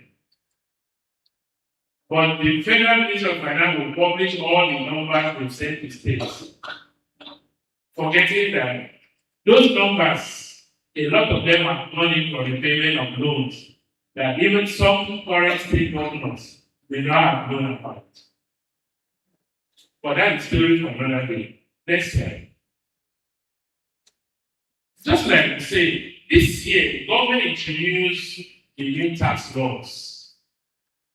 For knowledge sake, but that might be for another day. The new tax laws have been introduced and the implementation started in 2026. I don't know how many people stipulated that their salaries have changed. Some might have increased. In other instances, your salary might have dropped. The new tax laws also shows various reliefs that will be given to staff or organizations before the final pay comes to you. Without necessarily going into the details, honestly, I'm one of those that believe that when these new tax laws are properly implemented, in the next 5 to 10 years, the country will be able to survive. Most subnationals will be able to survive. And that will reduce some of the shocks that might come to them when the oil reduces. Because we follow what's happening in the international community. People are coming up with different. In fact, by 2026, some of us believe that by now, before now, we believe that by now the Chinese guys and all that would have flooded several countries with electric cars. And this oil that we're talking about today might not be there yet. But be as it may, the shock that most states, some nationals, and even at the federal level, the federal government will take, they may not be able to manage some of these things at the end of the day. Next slide. Now, for information's sake, I've included something here on where Cross River State is in terms of the revenue, where we started and where we are today, at the close of 2025. When the government of Policy Level 2 came, we started with 22 billion, and at the end of 2025, what we got was about 57 billion. And with about 161%, key strategies that we did was mostly automation, aggressive collection strategies, and improved monitoring. And the number of tax pays increased from 291,000 to about 440 taxpayers in the state today. But honestly, this is still not enough. This is actually very low compared to the workforce. But we also understand that in the state today, Cross River is a peculiar state where you have so many people in the informal sector. And that's another point, another conversation that we need to have. Next slide. I just did a 3-year comparison here on the budget, what the budget is. You can imagine that in 2026, the governor has put up a budget of 961 billion. Remember what the issue as I gave last year, 57 billion. If you use your calculator and you do some simulation, you will see that as it states, if we don't get anything from FAB, and so many other sources for funding, the shock to financial resilience, survival of Cross River State can be a very difficult task. And this is something that we need to think about. Because instead, we put all the parameters in calculations, which I didn't want to bother the audience with, you will see that our ability to survive will be very difficult. And that's why, unfortunately, once we hear anybody hears tax, the first thing that comes to your mind is aggression. You won't even want to pay. I know this election time, we had a lot of experiences of so many persons wanting to reduce what they have to pay. But in other words, we need to balance the tax revenue and the high government expenditure if we must survive as a state. But the good thing is also that the government of the President increase the capital expenditure as against the recurrent. And the level of at least implementation of the budget is about 85%. Next slide. I did a little analysis since we're talking about Africa. Nigeria, South Africa, Ghana, and Rwanda in terms of tax to GDP ratio. To see our ability to use this tax properly to improve on the GDP compare it with the GDP of the states, of the country at large. This is really the country, not the state. Next slide. Okay, we included the role of tax laws. What do we need to do differently if we must make progress and reduce the shock that will come to the states in the coming years? We need to encourage more investment in economic growth, and for the states, thanks to the governor who has done a few things, including the Bakassi Seaport. And one of those that believe that on a monthly basis, once that Bakassi Seaport comes into play, I've projected that the state will make an average revenue of 40 billion naira a month, And you multiply that by 12, you have about 480 billion. That is doable because of all the opportunities and businesses that will come to the state. 2 weeks ago, last week, the Supreme Court also came up with a judgment that will allow states and subnationals to also collect revenue from people and companies that do businesses on the bank of the river. Initially, it was federal government that collected those revenues. But that makes it better. It's not just the waters. Once you land and remove the things, since the government now controls the land, you must pay whatever you have to pay. And those multinationals that are then coming to the state will also improve on what we will pay. Next, so that we can round this up. Financial inclusion, which the first speaker already talked about, and that's something that will help us a lot.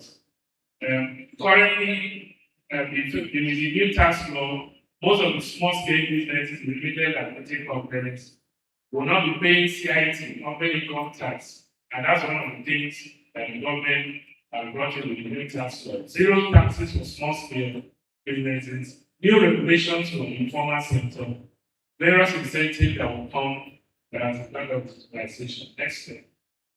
Strengthen the formal economy, we'll talk about this. Next slide.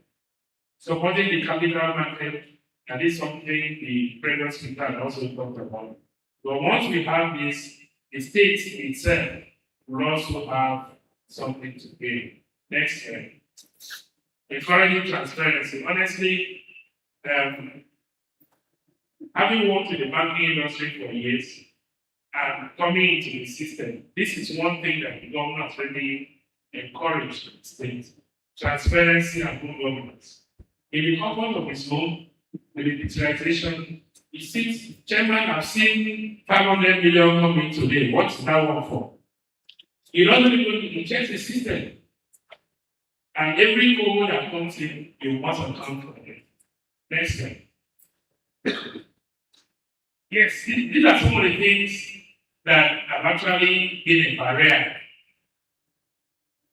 You want to talk about financial resilience system with respect to the tax laws and the tax system, tax evasion. A lot of people are not ready to pay. Yes, I understand the fact that the government itself has to be responsible.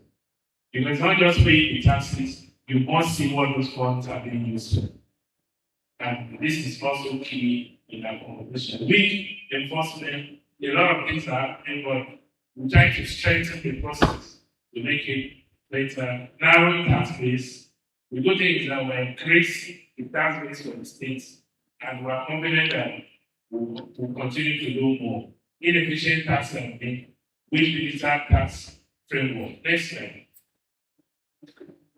These are some of the recommendations that we believe will also help modernize the tax administration, use of digital systems. That's really ongoing. Broaden the tax base, we talked about that. Fair tax system for everybody. These new tax laws will also help. Improve transparency in public expenditure. I've talked about this, which is also key. It's not just taxing. You must see what those funds are being used for. The enhanced taxpayer education and awareness is something we do currently through all the social media, traveling to all the various sectoral skills to get it done. Maintain stable and predictable tax policies. You don't need to change this always, but try to put those laws in place and go ahead in implementation. You must have a proper tax system and monitoring of the revenue system. Next. Now, in conclusion, before I say this, I want to also say that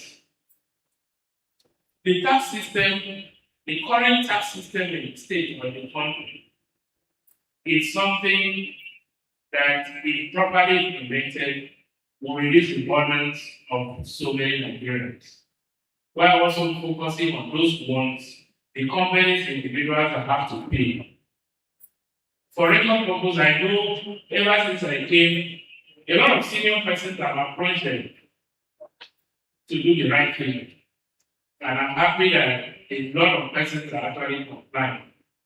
Without mentioning any particular name, even former governors in this state today are paying. There's a particular instance where I met, I was traveling to London and I met someone in the plane. And this is someone already given a demand notice to pay 5 million naira to stay like that. And the guy said, no, Chairman, this money is too much. Why would he ask me to pay 5 million naira? And I believe he still refused to pay. So when we traveled, I saw him in business class. And I had to ask, please. I went to the counter and I asked, please, how much is the ticket for business class? And the lady told me 7 million naira, and I kept quiet. So when we came back, I sent the final demand notice to the man. And he called me again. Chairman, are you still sending 5? I said, yes, sir, I'm sending 5. And he argued I allowed him to talk. And respectfully, I told him, sir, please, this 5 million I've asked you to pay. It's not up to the 7 million naira you pay in your business class. And honestly, at the end, you pay that 5 million. So, that system, you must use all kinds of measures. And the good thing is that in the state today, we have access to lots of information, that can help us raise the revenue. If you come to us, and even if you are using a proxy for your transactions, we have a way of finding it. Digitalization is key. If you must build a proper financial system and take the shock that goes with it, you must do automation number one. You must promote transparency. You must also encourage the citizens to ask questions. And you must be prudent in public expenditure. Thank you.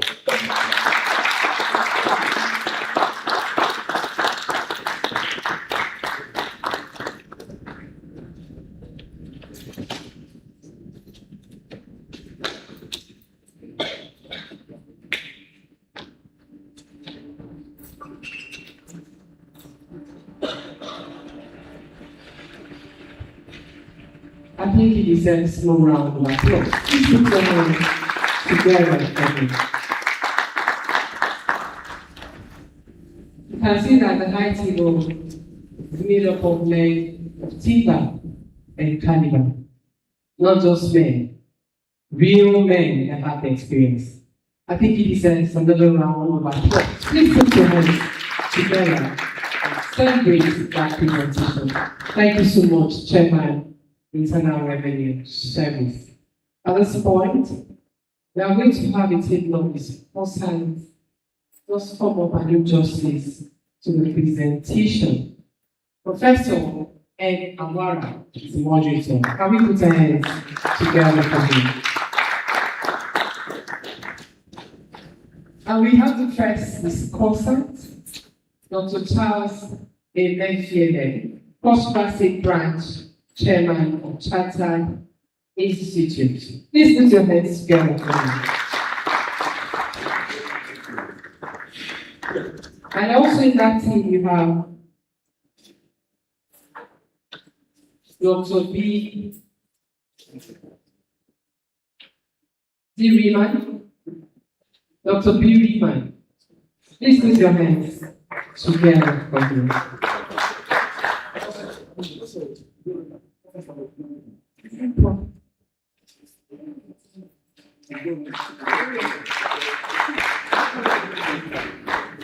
Is that the doctor?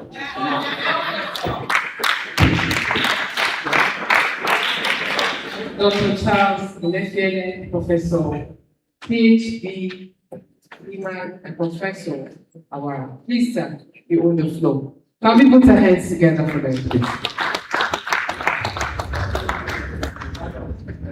Good afternoon. I think all of us are listening with rapt attention to all the presentations.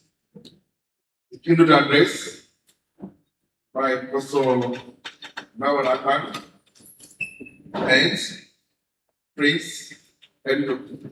So I think we just take 5 questions. 5 questions. Each of them, very briefly.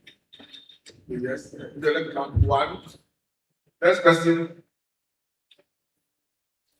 1. Any other person? You know one person. Okay.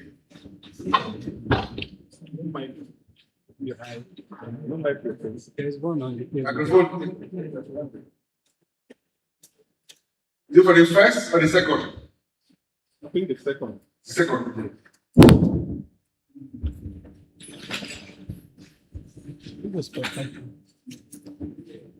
Good afternoon, everybody. Good afternoon, Mr. Moderator. My question goes to the second speaker, the chairman of National State Management Service. But before I hit at the question, I must commend your leadership of the National State Management Service. From the statistics that you have revealed out, there's a clear expression of increase in the state IGR beginning from 2022 to 2025. That's quite commendable. Now, as public servants, precisely as academic staff, the new tax law demonstrates some level of increase depending on the level or rank in salaries vis-a-vis the tax that is also paid. There are times that one is expected to come up with a 3-year retrospective tax payments. Maybe you need to travel out or you need to engage in one thing or the other. And then a buddy of mine puts his benefits indicating these tax deductions for past 3 years and went to the State Management Service for that tax clearance to be issued. And at the end of the day, he was still asked to pay a certain amount of money before that tax clearance is being issued. So as the current chairman of the State Management Service, I don't know if you are aware of this shenanigans in posts, and if it is so, what is being made or what action is taken to address that type of tragedy or that type of inconsistent conduct from your office. Thank you. Any other person? Just one person. You can help us.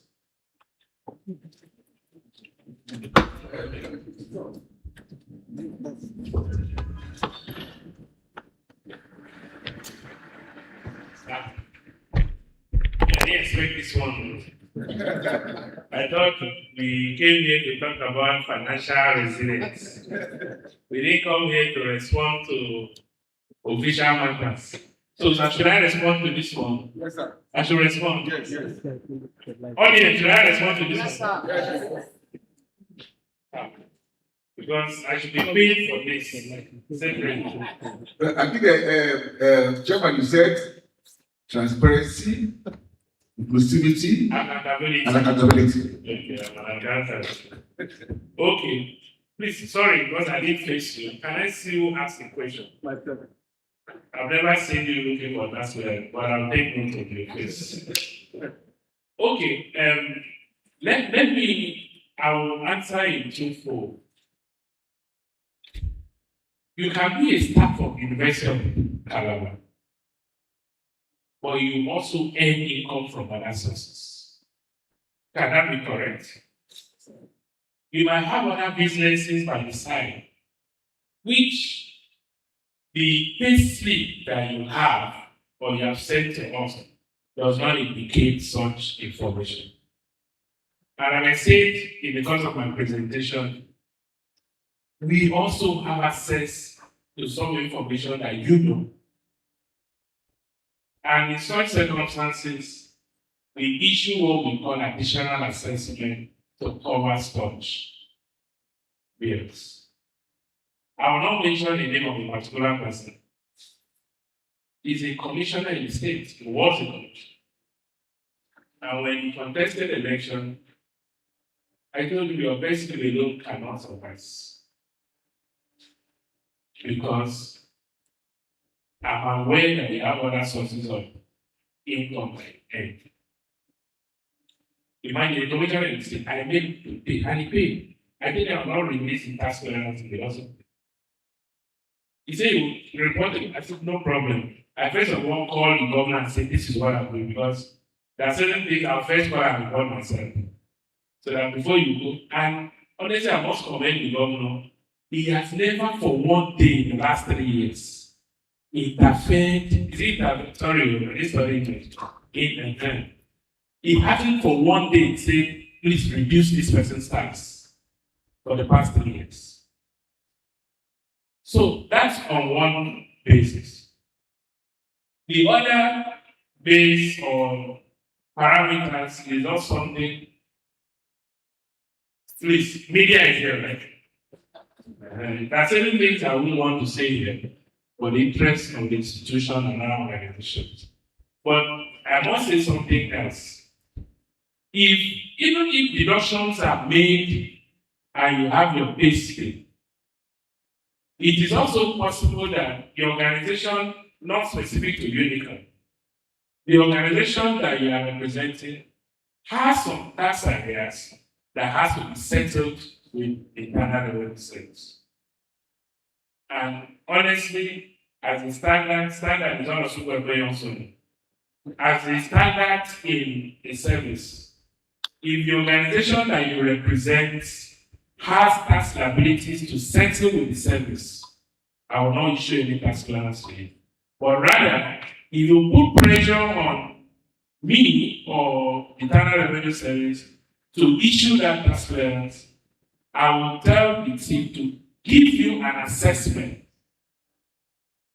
to pay. Instead of waiting for that corporate entity to come and settle that obligation, I'll ask you to pay something. And I can say that figuratively that those payments, because you use very harsh language in the course of representation, which I don't want to talk about that part. Those payments that are made to government account. Please, if in the course of making those additional payments, you give anybody a personal account or to make such payment, please put it on the press.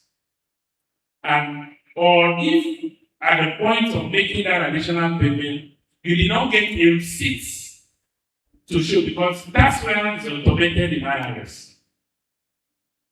Nobody issues a manual tax clearance. If a man have a manual tax clearance, I'll personally take it to use. So I think I've responded, but these are different scenarios in which we allow people to make additional payments for us to be able to issue that. Some come and be beg, chairman, please.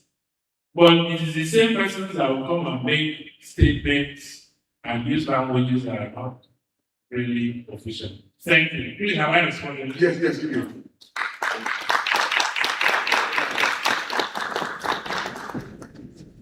Any question? I think there's a question. I mean, ask this my question too now, not only me. Good afternoon, everyone. My question still goes to the chairman. Chairman, because it's an opportunity for us to see you one-on-one, so we need to ask you the question. My first question goes to us, Chairman. In new tax law, there is a relief which substitutes the consolidated relief allowance, that is the rent relief. Hypothetically, I am working, my wife is working. We pay the same house rent receipt. So as an accountant, how am I going to recognize this? That's one. Then two, you know that for Cross River State to have a resilient economy in terms of tax growth and equity expenditure, what is the modalities that the government has put in place, given the fact that the growth of the economy is propelled by SME? And multiple taxation have since changed the way so many small businesses to fade out of the business. The fact is that most revenues are collected by third parties. So what is the government doing to ameliorate this situation? Thank you so much.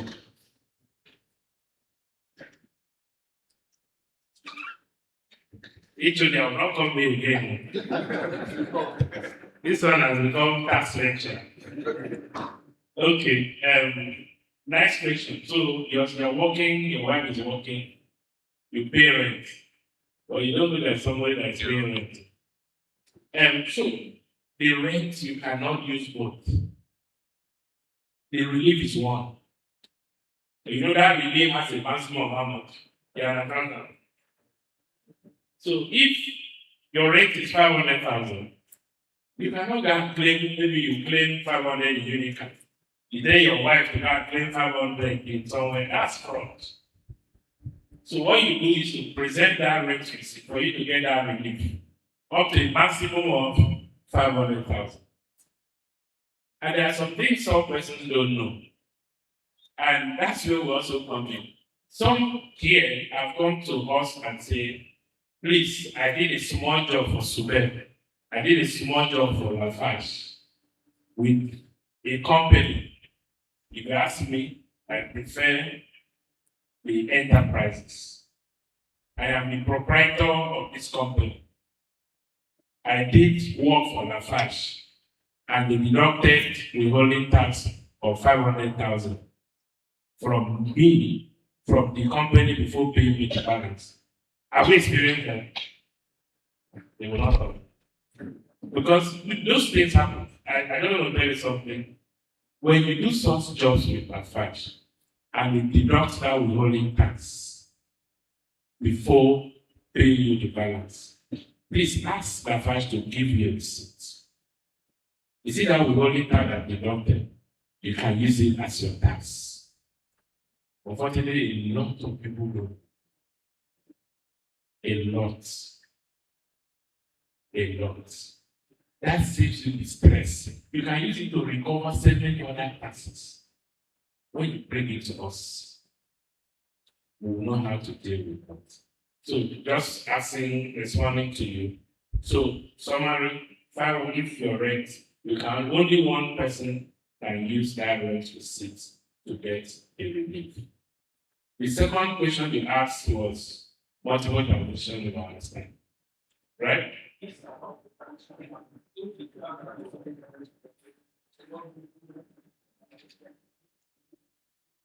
Rome was not built in a day.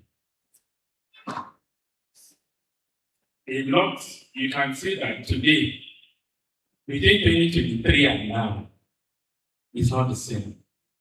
If I stand here to say that 100% automation or those revenue comes in to the government, but I can say categorically that it has reduced to the barest minimum. And remember, especially the new transactional taxes, even in Lagos, and the revenue system has improved, it's not 100%. Kaduna and other states is not 100%. But transactional revenues are the ones, okay, like let me give you an example. There's a place in Yakol local government, Itigili side. Before you know it, some people put trucks there and started doing and filling, mining and all that. In such place, I can identify somebody from Itigili and say, please come. I want to study what is happening within the revenue system in that area. I can say, Mr. A, be my consultant in that area and collect all the revenues in that space. And I'll tell him, my target is 50 million a month. If you collect 65 and pays the 50 million consistently in the account for 3 months, I'm fine. I'm using that to understand the process, it's transactional revenue. But after 3 months or 4, I will now come in officially. He would have understood the place. He would have known, they would have known the behavior of the revenue within that space for that period. At that time, I now come in with full autonomy. They would have known him. Oh, this person is from IRS. At that point, I would introduce full automation and give him a commission based on what happens. So it depends on the strategy that you do. But in most of the collections in the state today are integrated. But transport sector is something we're also. We see these guys driving from Mariam to 8 miles 100 million, 200 million, anything that they do. It is not yet 100%, but we'll fail the full automation. It's just implementation that which Maiden is not out. But you cannot do it without carrying all the stakeholders. Have I answered the question? Please, the next person should ask you. Thank you. I think, sir, it's from my observation, we might need more education and awareness, create it. Not here, not here. So you not go, you have to spot more. But when you go back, you need to organize more awareness. Like what the first meeting asks concerning after showing you pay slips for 3 months, you have to pay more. Because not sit down to tell you why. The Unical has been waiting for quite some time, then we are taking part of that one. If you are known, we will not see multiple tasks. So we need more education, more awareness created to the audience so that we know exactly what we are paying. Because now it's the government. Every couple of matters for academics, most for academics. It's very important. Every couple want to spend, but you know why I must spend above what I'm supposed to spend. But you can tell me why. Like when you go to the hospital, you are sick. Now, you don't do this injection. These students will not go. But our pay for the injection, you will enjoy it. So I think we need more awareness created. You are doing your best, but we can do more. Thank you very much. I will thank the professors more. That's it. Thank you. But before I go, please, for the faculty, this is the new tax law. So the HOD, this is for the library. I have a copy here.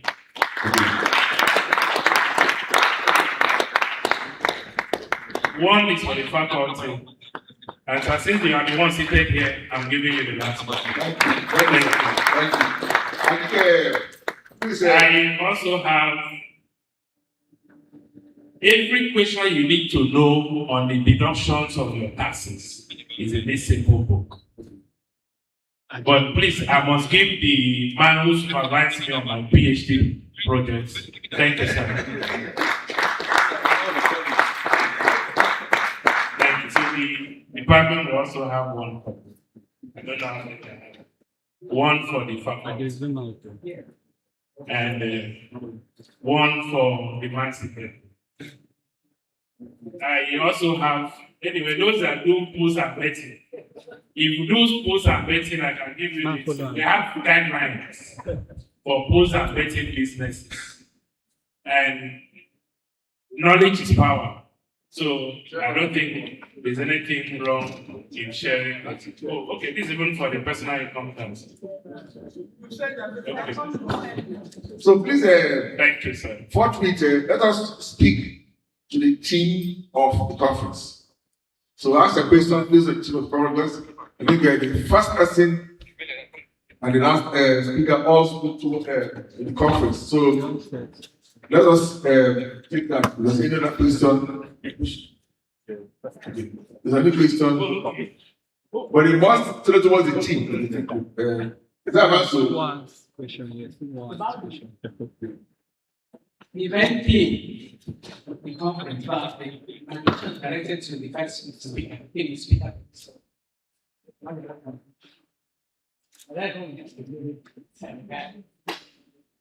In 2007, the CBN launched what we call its system vision 2020.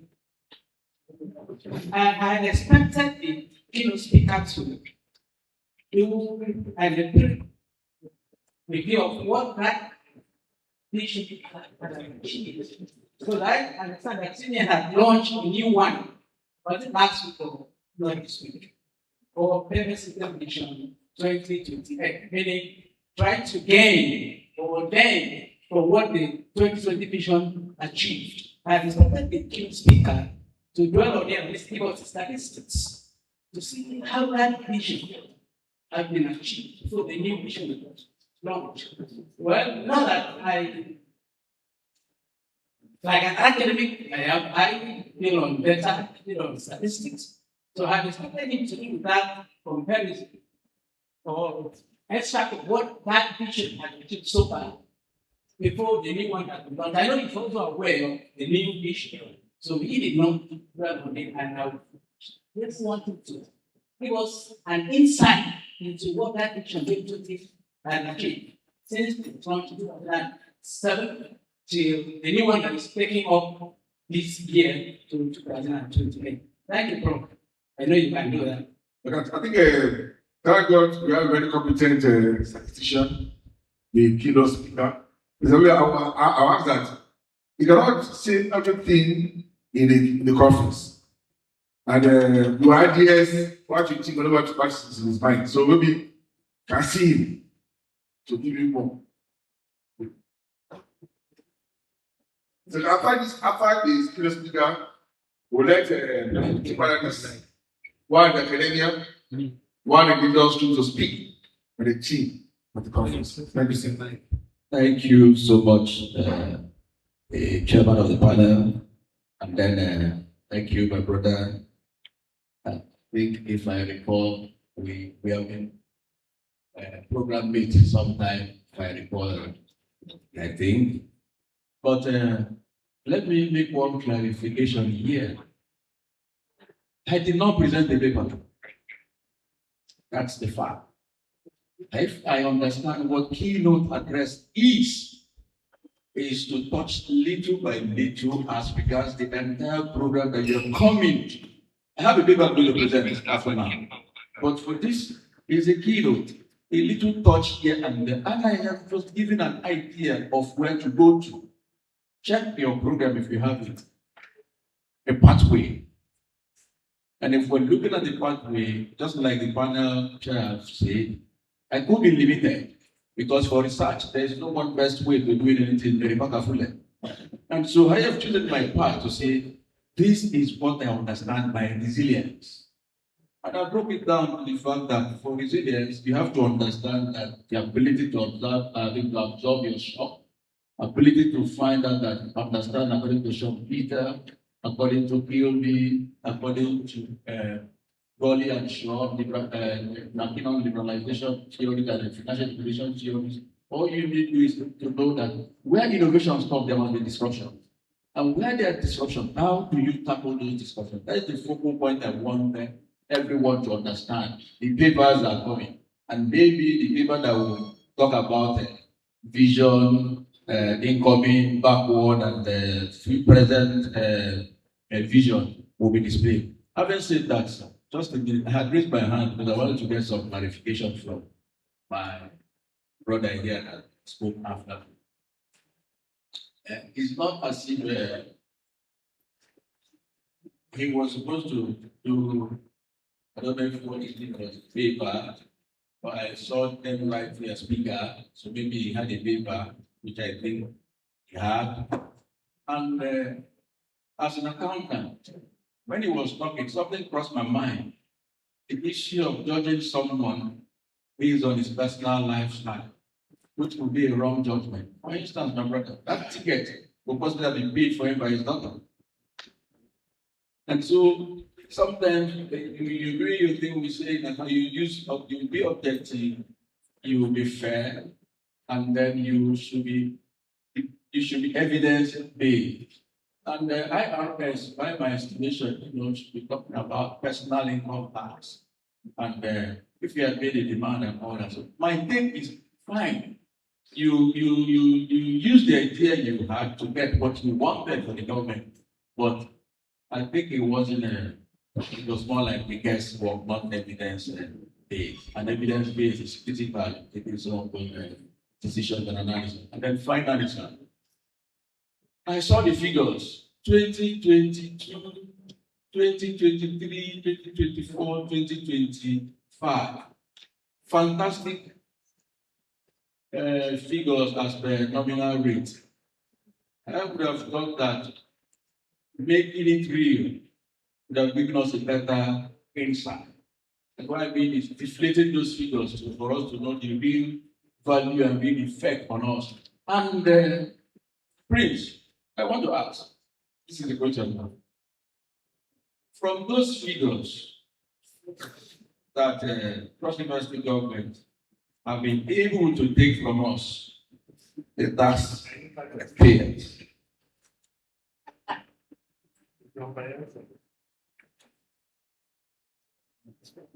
were the payers beneficiary or the government were the ones that benefited from that arrangement? Next time. It's simple. It's not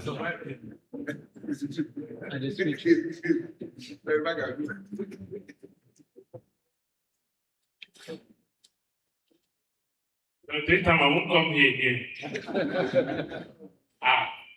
This one the guy is asking me questions too. I thought it's going to be a private question.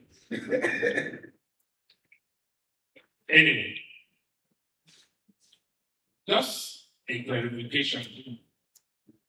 The tax law also allows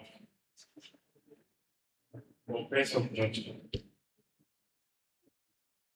It will now be left for you to contest those figures and then respond accordingly.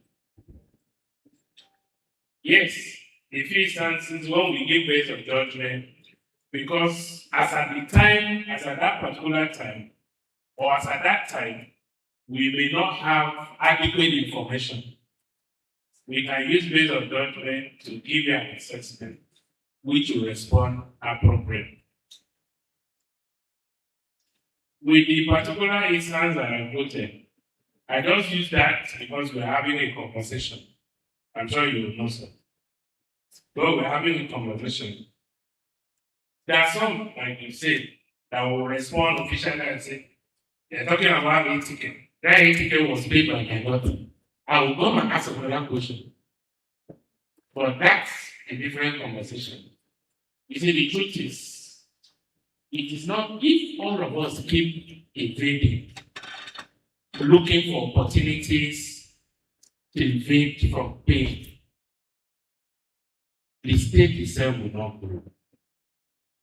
The state will not grow. That's the truth.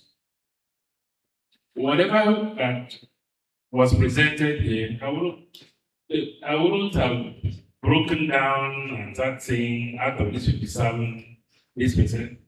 I don't think I was prepared for that conversation, for this kind of forum.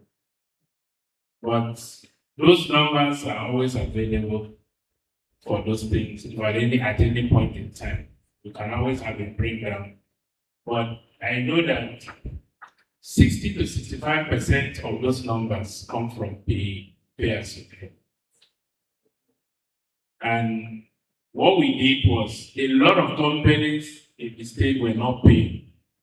We brought in a consultant who was also able to dissect those numbers. Let me give you an example. A particular bank every month usually sends its payee to us. But we all know that most banks have ad hoc staff. We insisted that the banks and other corporates should do a breakdown of which one is ad hoc. That in fact, we didn't even want ad hoc staff payee to be paid alongside the full staff. Let's separate it. There are so many other things that we did to allow that growth to happen the way. I think which other question have I been able to answer also? Have I missed out anyone? What benefits government or? Oh yes. There's a scorecard that's in play. Unfortunately, if I had a soft copy, I would have shared. I don't know if we actually reside in the States. If we must be sincere to ourselves. Unfortunately, when people talk, they will now say, oh, how much has he received in these years? If you want to construct 1 kilometer of road, the cost now is not the same cost 3 to 4 years ago. So, If you look at the number of roads that the governor has fixed, road alone, aside other projects, the last presentation that was, that's one out of many. The governor has not collected one new loan. But he has paid over 150 billion naira in loans collected by previous administration. Government is a growing concern. And these are some of the things that has happened in the last few years, in the last 3 years. Roads specifically. And when people say, well, it's also this topic anyway, but it's part of it because tax revenue, you must know the utilization. The repayment of loan is a different ballgame. There are 3 companies that the governor has run transactions with in the state. Presco is among the top 5 oil palm production companies in the state. Now, the governor has entered into a transaction with Presco to take over the corn oil palm products. And as we speak, the company is also putting itself together so that they can fully take over, start employment, and even buy small-scale oil palm farms from different individuals and companies. For me, these are things that they know. Even how about the Enomont? Enomont company, not Lafarge. Wilma. Wilma is part of it. In fact, to speak to me, Wilma has employed new people who have even seen it in the tax revenue which they remit on a monthly basis. Because the number of people they've employed in the last 3 years has even increased. And these are things, discussions and investments that the government has made using these funds. Because you will see the figures published by Minister of Finance, I repeat again, most of those figures, what actually comes back to the states is another level of compensation. Thank you. Thank you. Practically, let me discuss on this.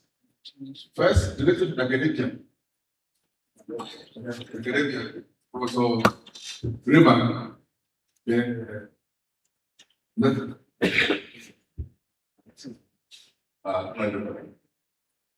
Everybody. Afternoon now, sorry. The speakers are trying to light some meaning of national resilience. Of course, then means trying to mitigate shocks that will arise from the economy. So that these shocks will not hurt the government. And these shocks hurt households or companies. That's to say, a lot of policies are being made to be able to direct the economy to the recovery path if shocks arise. Now, I was talking about the Vision 2020, which of course is actually being rolled out and the benefits we are seeing. One of such is the BVN we have that ties all your accounts to one, so that you can be able to monitor transactions that come through your accounts or that come into your account. So that you can only be able to evade the payment of your obligations to whatever institutions you are going.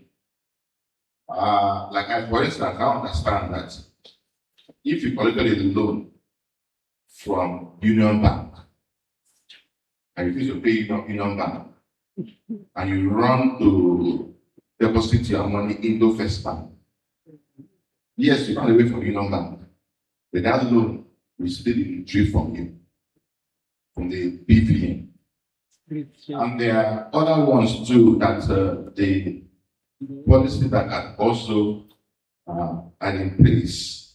One of such is, like I look at it, is the cashless policy, where we are using our payment platforms to carry out payments in the system.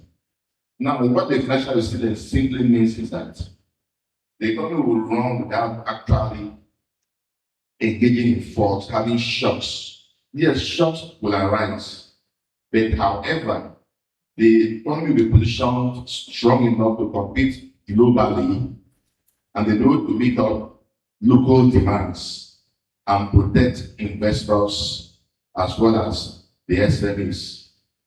But in doing this, there are also pitfalls, shortfalls that are also entertained within this period. For instance, within this period of trying to maintain this resilient path, we talk about the tax that he was going to discuss about. And people are saying Tinubu is increasing the tax. Now, one of the principles of tax is that tax shouldn't hurt the taxpayer. While you are trying to generate revenue to run the economy or run the government through tax, this revenue generation should not hurt the economy. Then when this generation is hurting the economy, then therefore you've actually made a mess of the principle of taxation. These days, banks charges so much from transactions. You see, account maintenance charge. They just increased card holders charge. The renewal card is about 1,500 naira or so. Now, these charges, though they may look like small for your eyes, but if you aggregate all of them that are being collected by the bank in a month, it amounts to so much. And this money is coming from the people. It's coming from the public. So if a bank must have about 15 billion naira a month, but now the banker here, so he's going to maybe talk about that. If a bank realizes about 15 billion naira a month through simple just card renewal, that's to say 15 billion naira had been sucked out from people's investments, from people's businesses, and from people's profits. That's what it means. And again, that hurts businesses. Yes, they will say, well, the SMEs thrive on zero tax. But do they actually thrive on zero tax? It's a mirage. Because if we, like you say, the bus drivers, you give them their tax. The landlords give them their tax. The final recipients of these charges are business people. They're the business people. Now the business people who are the final recipients of the charges will transfer it again to consumers. So it's a whole vicious circle. It's a whole vicious circle. So while we are trying to ensure that the government runs and the government does well and grows, we should also try to see how we would not hurt the economy, we will not hurt individuals, households, and taxpayers. Now we talk about global competitiveness. Every country, all countries trade with each other, international trade. And the nature of this trade is foreign exchange. And when there are severe foreign exchange fluctuations, it hurts some countries. While some countries may benefit, it will hurt some countries that are mostly import-driven. So if a country is import-driven, they are about to pay more for foreign exchange, because it is what you pay out for what you get in. Now, the central bank recently tried to increase the capital base of banks, and they are up to about 4.7 trillion. This is good, but there's a risk there.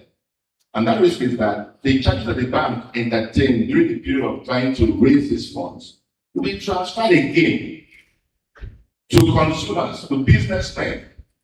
And that's why probably they bring up all these charges, card holding charges, because they are trying to recoup what they have spent in order to raise these funds. And secondly, now that the banks have recouped so much of funds like 4.7 trillion, they have so much money in their hands to play around with. And if the banks are not careful, they'll be giving out loans that may not be redeemable. And it's a risk. So one of the conditions to drive the country to a resilient path, okay, is to ensure that there is proper risk management. So I will not give a very short period of time to discuss this. But I think my other colleague here, who is in the sector, I'm talking from the research angle. He is actually in the sector, the banking sector, so he might be able to say what I've said, what I've said is correct, or what I've said is correct. Absolutely correct. Yes, sir. All right, thank you so much, Prof. It's a privilege and an honor to be here. I'm seated in the midst of the people that made me who I am, like my friend and brother, Prince said. Well, I thought I was going to start from the theme of the topic, but listening to my other Prof speaking, he has made it look like banks should not even exist. So I don't know whether to start defending my industry or to talk about what, but I'll just say a few things concerning what he said. And the course of this week, some guys came to my office and they said they want us to go and open a bank in Abbey. Because they want to bring development, they want to drive financial inclusion. And I said it's a welcome idea, but can you afford it? I made him understand that once you put the structure of a bank on ground, there are some costs that you have automatically incurred. And the largest cost component of a bank is the cost of the technology. The cost of the technology, years ago, a sitting branch will pay nothing less than 11 million naira for that technology. You are enjoying this technology today, and this technology has been adjudged to be the future of the industry. You come out of your house, there is a POS agent by your door, you don't have to pay transport. It is technology that is at work, and somebody is paying for it. The bank is paying for the owners of that technology. That's why sometimes you have to see some of these little charges. It's little, so you won't feel the pinch. So bank is it's a necessity, not a necessary evil. So having said that, looking at the topic, I want to first congratulate the organizers for this maiden edition of International Banking Conference. And the topic is actually quite apt. Because if you look at the two speakers that have spoken, they have done justice to it. Resilience in the financial system. And they said resilience is all about absorbing shock and thriving in the midst of shock. We cannot do without shocks. It will come. Right now, we are listening to, we're hearing that Ebola is gradually clipping back. Whether we like it or not, it will affect the financial system. And how well we can absorb the shock and continue to thrive depends on what we have put in place. A lot has been said by the two speakers. He has talked about financial inclusion. He has talked about using technology to drive. So I will not repeat some of the things he has said, but the only thing I want to add is that if we need to improve resilience, we must improve our domestic resources. We must improve our domestic resources. We must try to reduce the over-dependence on foreign aid, on external borrowing. Now the government of the day is facing criticisms. Why? Because they say they borrow too much. Now you can imagine what can happen if these owners of funds come and say we want our money. It's like selling the country to them. So if we want to improve resilience, one thing we can do is to strengthen our domestic resources. Thank God the priest is talking about tax reforms. The tax reforms is to improve the system, to make sure that more funds are generated. Another one is the pension funds. We can improve the pension funds. We can also look at our stock market, deepen it, and reduce our dependence on foreign aids. Whether we like it or not, the truth of the fact is that Africa is a decision of pride when it comes to investment. The foreign countries, they have investment, they want to bring it to Africa, and they will not give it to you for free. What they are giving us is volatile funds. When there's a little shaking, they take their money and the whole financial system begin to quake. So we need to begin to look at how to develop our own source. Thank God for the reforms that will give us more money. Pension funds is there. Insurance market can be developed. And then one other area we need to look at is the diaspora funds. As our last year, diaspora fund, the remittances that came into the country in Nigeria is $20 billion. $20 billion. That's roughly 30 trillion. 30 trillion coming in from immigrants. Every family has at least one person that is abroad sending money. We have 30 trillion that is coming in. What is the budget of the country last year? 54 billion. So we have more than 50% of the budget coming in. But these are the informal sector. So what the banks are trying to do to come to the aid of the bank